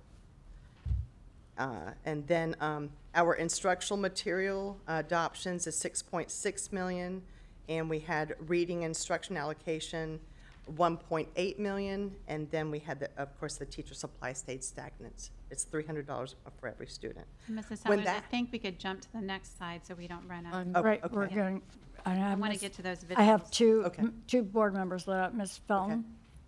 I just want to kind of put this into layman's terms for the public to understand that we are actually being asked to do more with less money, is what it really all boils down to. We are being asked to do more with less money. It doesn't matter that they gave us an $85 increase per student. That doesn't cover diddly squat. I just want to make that clear. That's it. How do you spell Okay. diddly squat? Is it I D-I? read it out for You guys can talk Right, offline that's about right. this. I did have a quick request. So the Family Empowerment Scholarship there on number 7, the 43.8 million, that's basically money. So when the calc of 59,000 from the state that we saw on a previous slide, they just take that money, and it's somehow counted in our budget, but they just take that money away from us because they're planning on using it for vouchers. Is that how that works? Or For the classroom, the teacher. no, the Family Empowerment Oh, Scholarship. the family basically. empowerment, yes. So it's inside of our budget, but it ends up going to them instead. So we have to count for it because we start out with the total base funding that includes their FTE as well. Okay. Great. Well, wasn't there some talk legislatively about getting that outside the budget? But then well, that's for another time. If we had more Okay. time, I'd talk about Okay. it. Okay. Thank you. All righty. Okay, and this is the typical budget worksheet. It shows the flow chart of those funds where we have our basic FEFP funding of 342 million. You can see where we have our categoricals, the gross state and local funding when you add all of those buckets together. In the yellow box in the middle on the far right brings us to 411 million. But then and that's for both state and local funding. When you look at the required local effort, that's in total 234 million. When you take that off of that gross funding, that actually leaves the net state funding of 177 that the state is given to the district to operate the schools. Just pointing out the fact that it is the local piece that is 234 million, while we have a net state funding of 177 million. So they do adjust the state funding when you add in the class size reduction in the state-funded discretionary to be 242 million for those separate pieces. But I did want to point that out because that's a piece that many times the public needs to know just how much the funding for the school district is coming out of the area that they live in. Locally supported. Locally support, right. Yep. Okay, Okay. page 9. And this will be highlighted again when I bring the tentative budget to you. We've got the taxable value as of this point right now, June 1st, was 85 billion. The RLE is decreasing once again to 3.007. This past year, it had been 3.056. We will get another one, as I mentioned earlier, on July 19. If they make any changes to that RLE, we will see it then. And so in total, for the 26-27 fiscal year, we will see, when you add all of those other millages rates together, including the capital outlay of the 1.5 and the additional voted mill, the total millage rate is 6.255, which is down from last year's 6.304. So the millage rates are continuing to decrease. However, our property is However, increasing. property so- taxes is making it so the taxpayer feels more. Right. Okay. All right.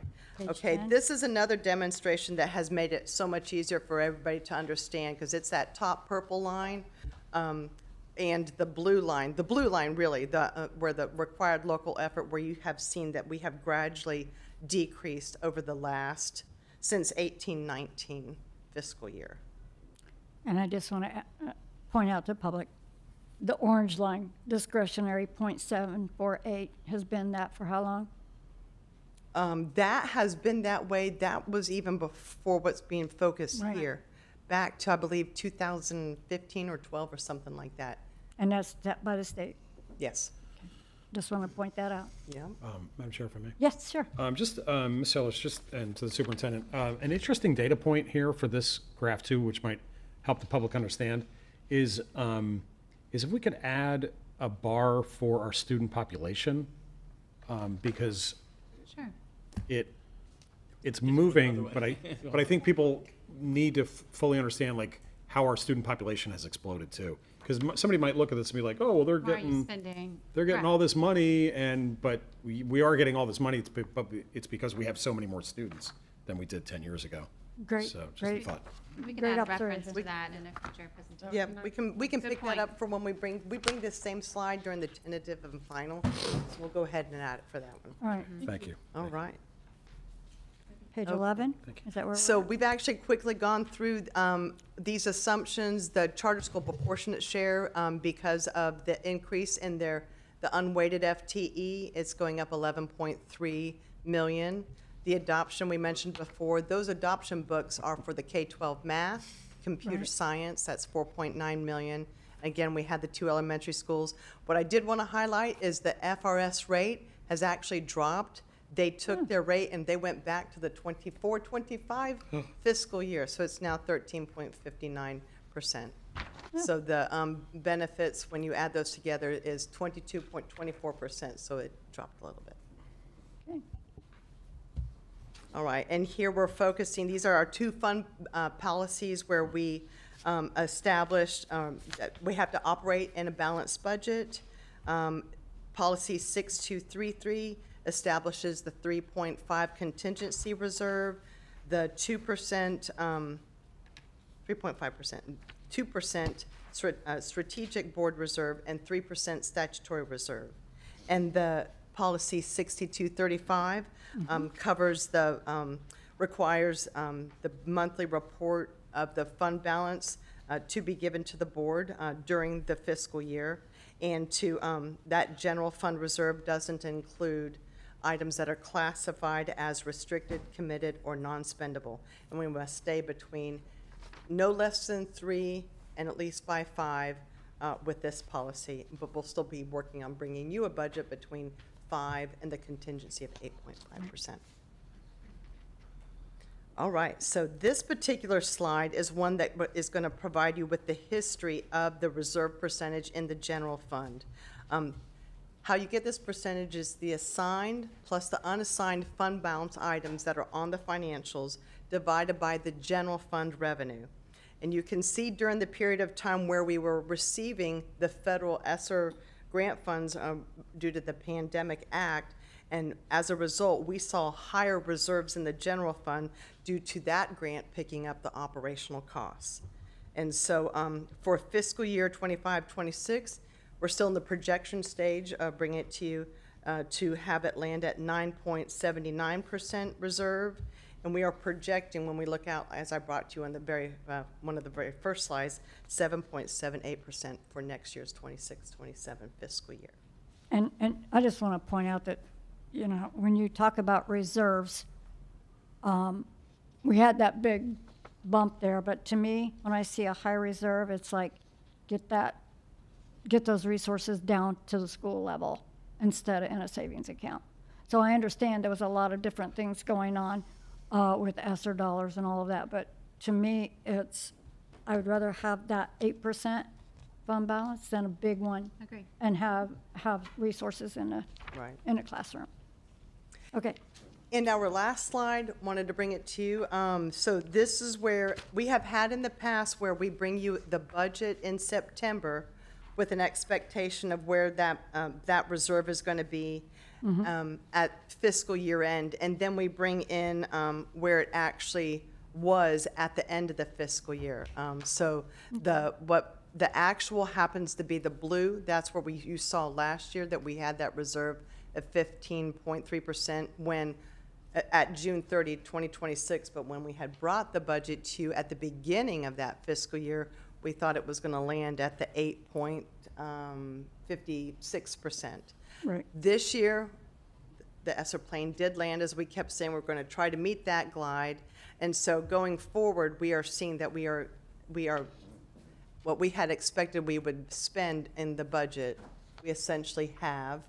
We'll see some fine tuning between the tentative and then the final budget. But for fiscal year end, this coming up 2026, at this point, we are looking to be bringing in an actual of around 9.79% using our data through June 4. Okay. So. And again,